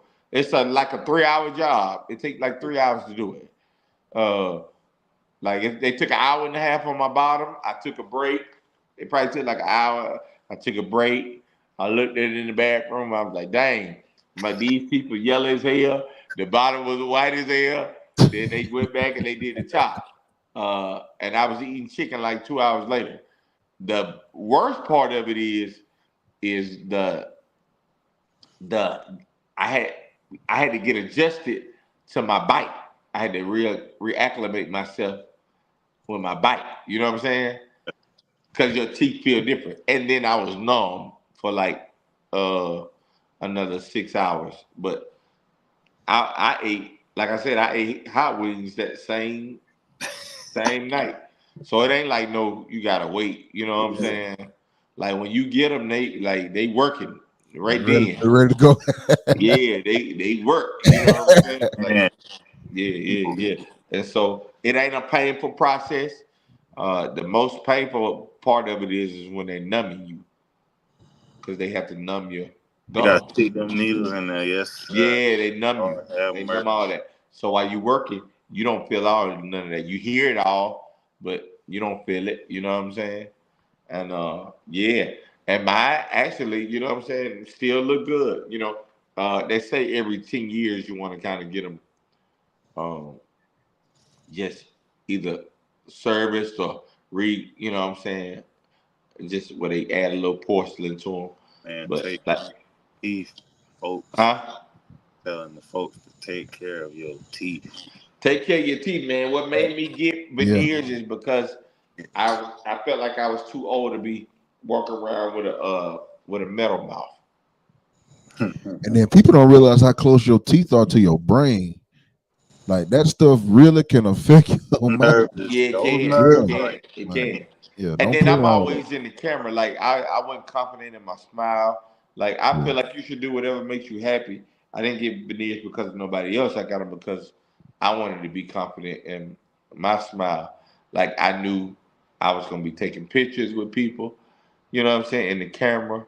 And like that's your smile is one of the first things people notice when they talking to you. Like Right. your teeth jacked up, boy. I mean, all the superstars did it. Like all the movie stars do it, bro. That'd You be the know what I'm first saying? thing to do. You gotta take care of them teeth. You got people taking gold out of their mouth getting veneers. Like get Plies got veneers. Rick Ross got veneers now. You know what I'm saying? Cardi B, like everybody in mostly everybody in the entertainment got veneers. You Yep. know what I'm saying? So it's a wave, and it's composite is affordable. There's actually a dentist in Memphis that's really good. You can look him up. He's a black guy.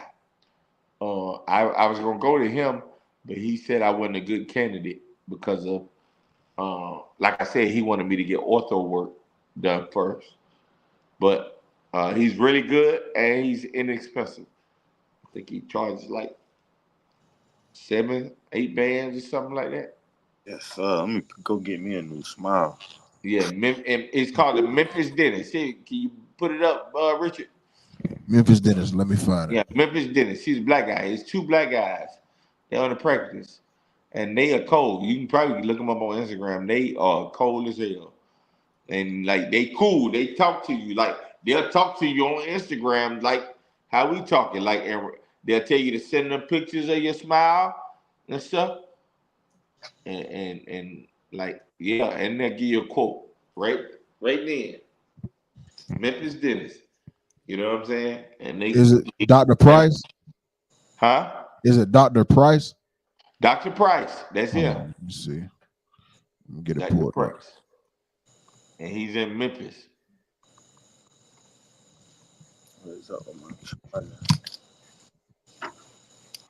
This it? Good. Huh? Is this it? I can't I see see your it. screen again. Hold on. My fault. That's him. Yeah, look. Will it let you look at his work? Yeah. You see, Clean. that look natural. You see his smile. Let's see. He Da-da-da. ain't got none of his work in there. Go to Smiles. Smiles on there. Yeah, look at these people, man. Fuck, he white as hell, boy. Hey, he doing them, boy. He doing them. Hey, go. Look, hey, Now I'm trying to figure out how to back out of here. Let me see. Hold on. Okay, there. see how they do with the braces? Like you got people getting their braces off, getting this done. Damn. Look, and he's showing you the before and after. Look at him. Oh yeah, he definitely getting his money worth. And you look at Damn, Look at man. Look at this. Look, that's crazy. He fixed my man snags. That's crazy. So I'm gonna tell you, I can see exactly. So here's a perfect example of gum contouring. So you see the two teeth that's beside the two front teeth. yeah. You see how they look smaller, Mm-hmm. but you see how the gums come down over the tooth. Right. Right. What he did was he lasered out the gum right there, and he added porcelain to make that teeth come out farther in the front. He built it out. Do you see it? Yeah, it's kind of crazy. So He the took some teeth. of the gum So off to see more of the tooth. huh? So he lasered some of the gum off so you could see more of the tooth. Correct. And then he just applied more composite over the teeth That to makes make it. sense. Yeah, to make so it'll line up with the teeth that's sticking out. Oh, that's crazy. He probably ain't stopped smiling since he got his teeth. Hell no. But that's a perfect example of somebody who would need gum contour. Let's see. Look at this. He's fine. Look at that. Her lip even look different. Oh yeah, bro. She taking care of them lips now. She got what? Look like she got gum contouring too. That's crazy. Yeah. See how small her teeth look? Yeah. Look at this. Look at this. Look at it. He closed in that gap. Look at that. Both of God, them. that on the top In there, end. I ain't never seen that. Lispy Larry.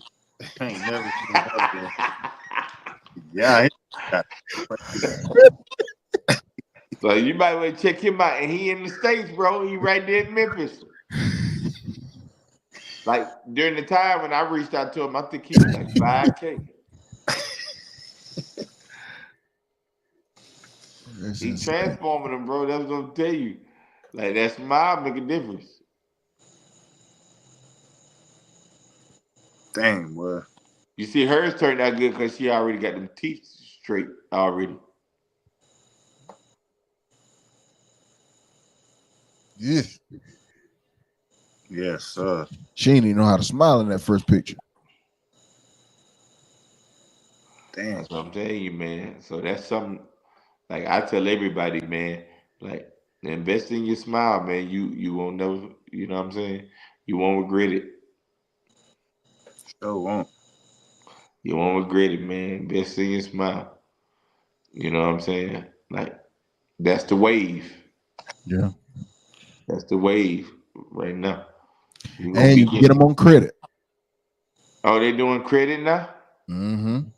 Oh, that's crazy. Third party financing through Affilion, however you say that, Alphion credit. You can apply Oh, right that's now. crazy. They financing. I didn't even know they do that. So yep. So they want another option. It says the procedure will take up to 5-6 hours and requires no use of anesthesia, needles, or pain. Yep. Okay. Now I got some anesthesia because I just don't like the. You feel me? I don't want to feel nothing. You know what I mean? Like I don't want to feel nothing, bro. Not a thing. Yeah, I don't feel nothing. But yeah, I've been very pleased. Like I said, I went out the country to get mine done because uh, there are certain, you know, certain things that people who practice in the states they got to do within certain guidelines. You know what I'm saying? So in the states, if you get gum couture, like I think you gotta wait like 30 days before you can actually get the veneers, and you go out the country, you can get the veneers the same week. Like so you Wow. heal. So that's why I got the gum couture, then I went right back and got the veneers. And I've been happy with my results ever since, bro. I be smiling like hell. I ain't gonna lie. Like smiling like hell. Y'all see I got the ring light on here. I've been smiling all the whole interview. You know what I'm saying? Like, yeah.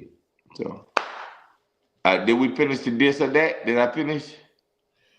We got it's a million more of the Let's see. Here go a couple of hard ones.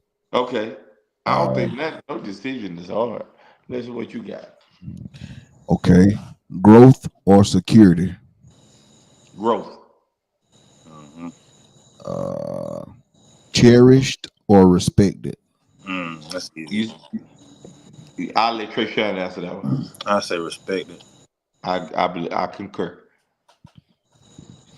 Uh, money or love?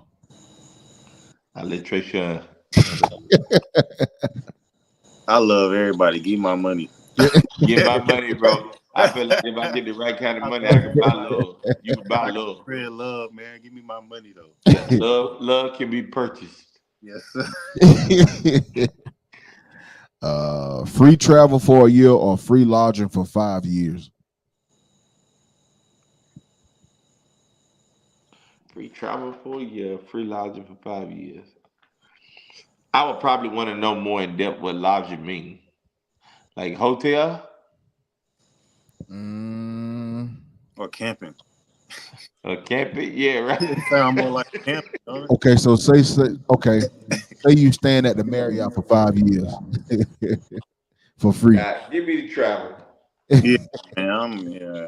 Yeah, cause I'm probably gonna want to go like to Dubai, you know, Yeah, Right, yeah. bar, or something. Bali. Bali, yeah. Like, give me travel. logic or emotion? Logic. I'm a logical person. Logic. Okay. Save 100 strangers or one loved one? Mister. You know what? My answer gonna be contradicting. Mm-mm. 100 strangers. Wow. Now I'm finna tell you why, because I know that was probably I've I've had loved ones take more advantage of me than people who don't even know me. That's a good I one. feel more accomplished. There's a place here in Dothan called Tent City, and it's full of homeless people, right? And what I would do, I would go buy I would go to the dollar store and buy like loaves of bread and then like a bunch of bang and sausages and stuff like that, and Right. just take it out there to them. Do you know those people appreciated that little bit that I did for them more than the people that's done borrowed my cars and wrecked it and you get what I'm saying? They borrow $100 and don't pay it back, and they feel like they're entitled to it. I was just about to say that they feel It they piss you entitled. off. It piss you off. Like I prefer to help a stranger and feel like they actually appreciated it than help somebody who feel like they're entitled to it. Right. Mm. So that wasn't hard for you at all. Give me 100 strings. Let's see. See the God, future or change the Barry, you past. brought us some sage over there.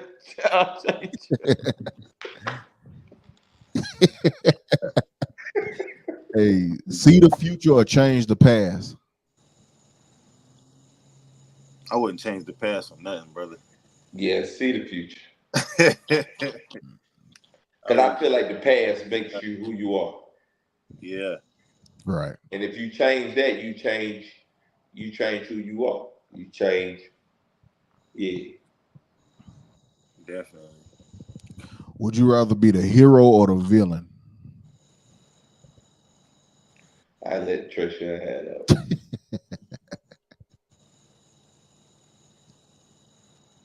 Uh, hmm. And that's crazy that it's a hard. That's a good one. Would I rather be the hero or the villain? Sometimes I Yeah. want to be the villain, bro. Huh? Sometimes I want to be the villain. Yeah. Let me tell you something. I get great joy out of being a villain sometimes, man. I feel like some people need villains. Yeah. Yeah.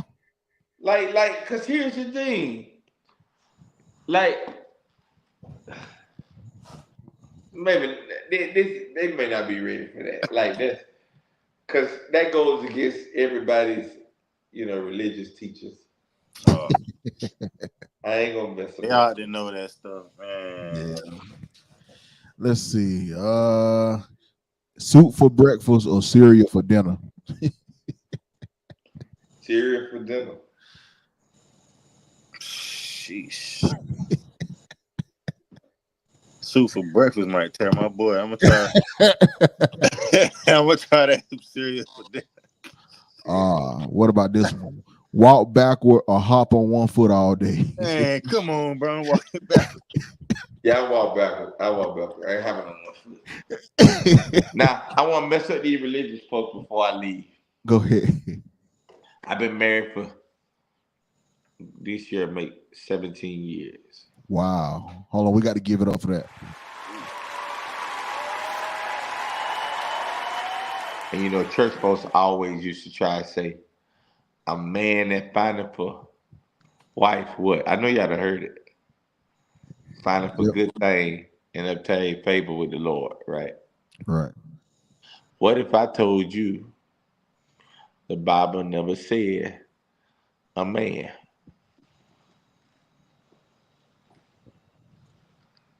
I believe it. Mm. It's a lot of stuff in there that we can talk about, but Huh? I want to piss some of these church folks off one time. Huh? Mm. Watch this. I'm gonna tell you where to go find it. Right? Proverbs 18:22. We can pull it up. Pull it up. Pull up the King James version now. Because a lot of people have made their own translations.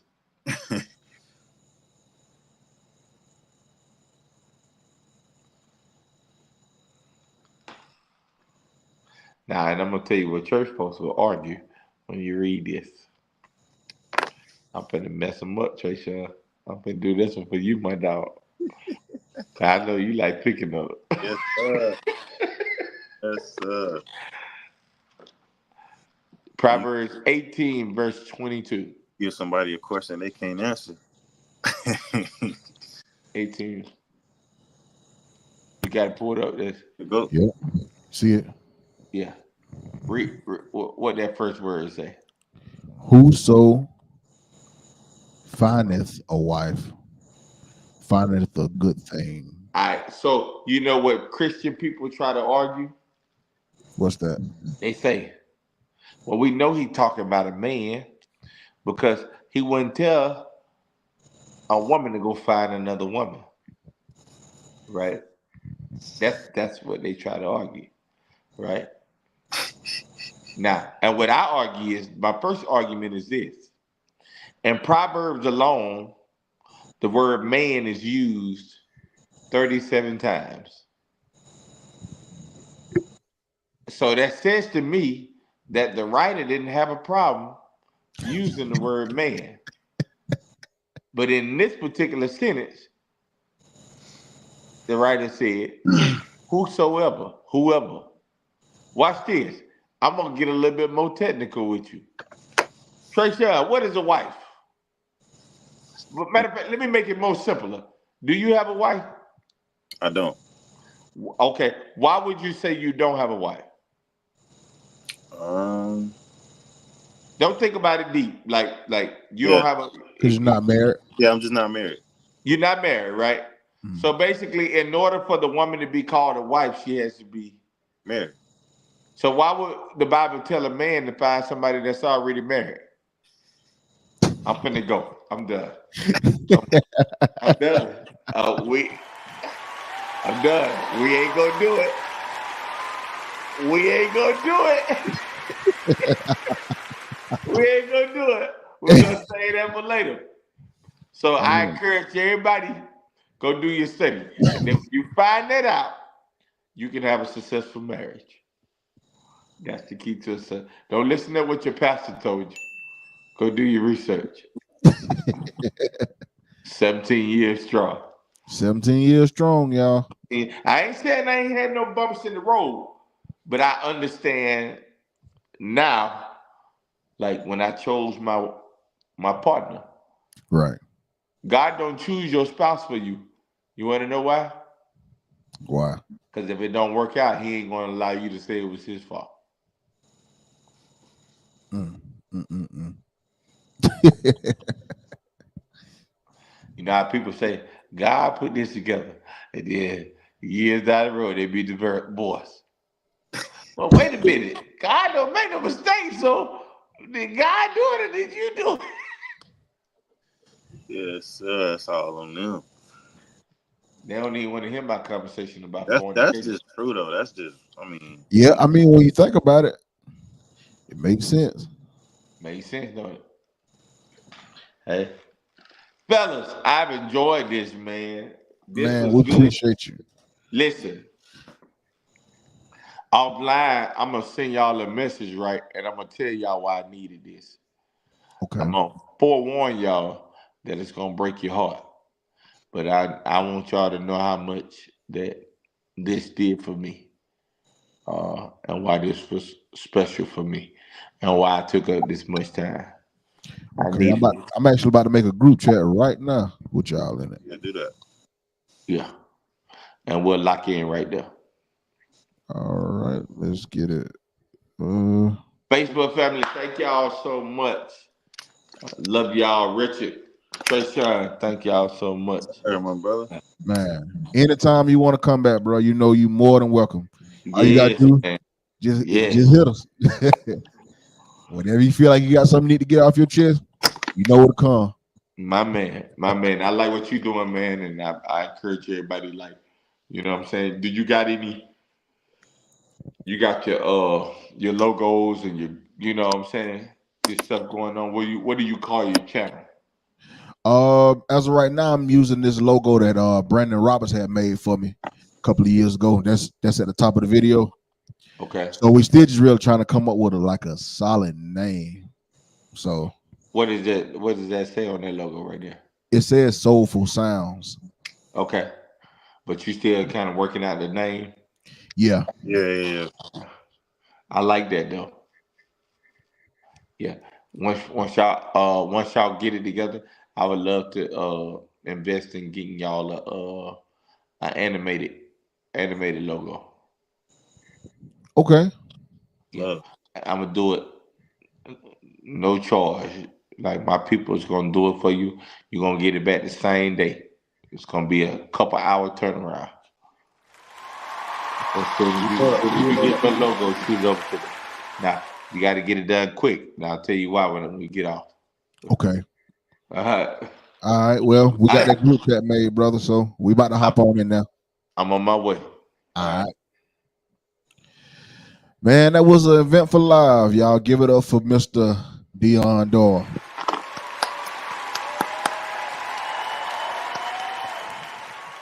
Lambo, you got some closing remarks? Man, that was good, man. That's all I can say. That was good. That was good. A lot of good information from a very knowledgeable person, man. Yeah, he is. And it was actually your idea to interview him. Yeah, I always knew my man was on to something else. right, right. And he's always been solid, man, ever since I met him. Yeah, I can say the same. Bro. Yeah. Well, I don't know if you about to hop on the game or whatnot, but I mean, it's whatever. yeah, I get I'll on. call you in a minute. Okay, all right. I'm about to cut my system on now. That was you that called the chat, you know? No. It might have been him. Well, all right, I'm about to be in there. Okay. All right. Okay, y'all. We had another event for live, man. We still bringing some more heat to you. Shout out to my bro Deon for coming on and accepting the invite. This has been by far the longest one we've done, but it was some very good, useful information. Hope y'all took some of the nuggets where he was talking about getting your BMI and ASCAP set up. And it's a lot. If you missed it, you can always go back and watch the replay. So we hope to hear back from y'all. And we're going to have some more guests coming on. Y'all just keep your eyes and ears open. And we will catch y'all later. Peace.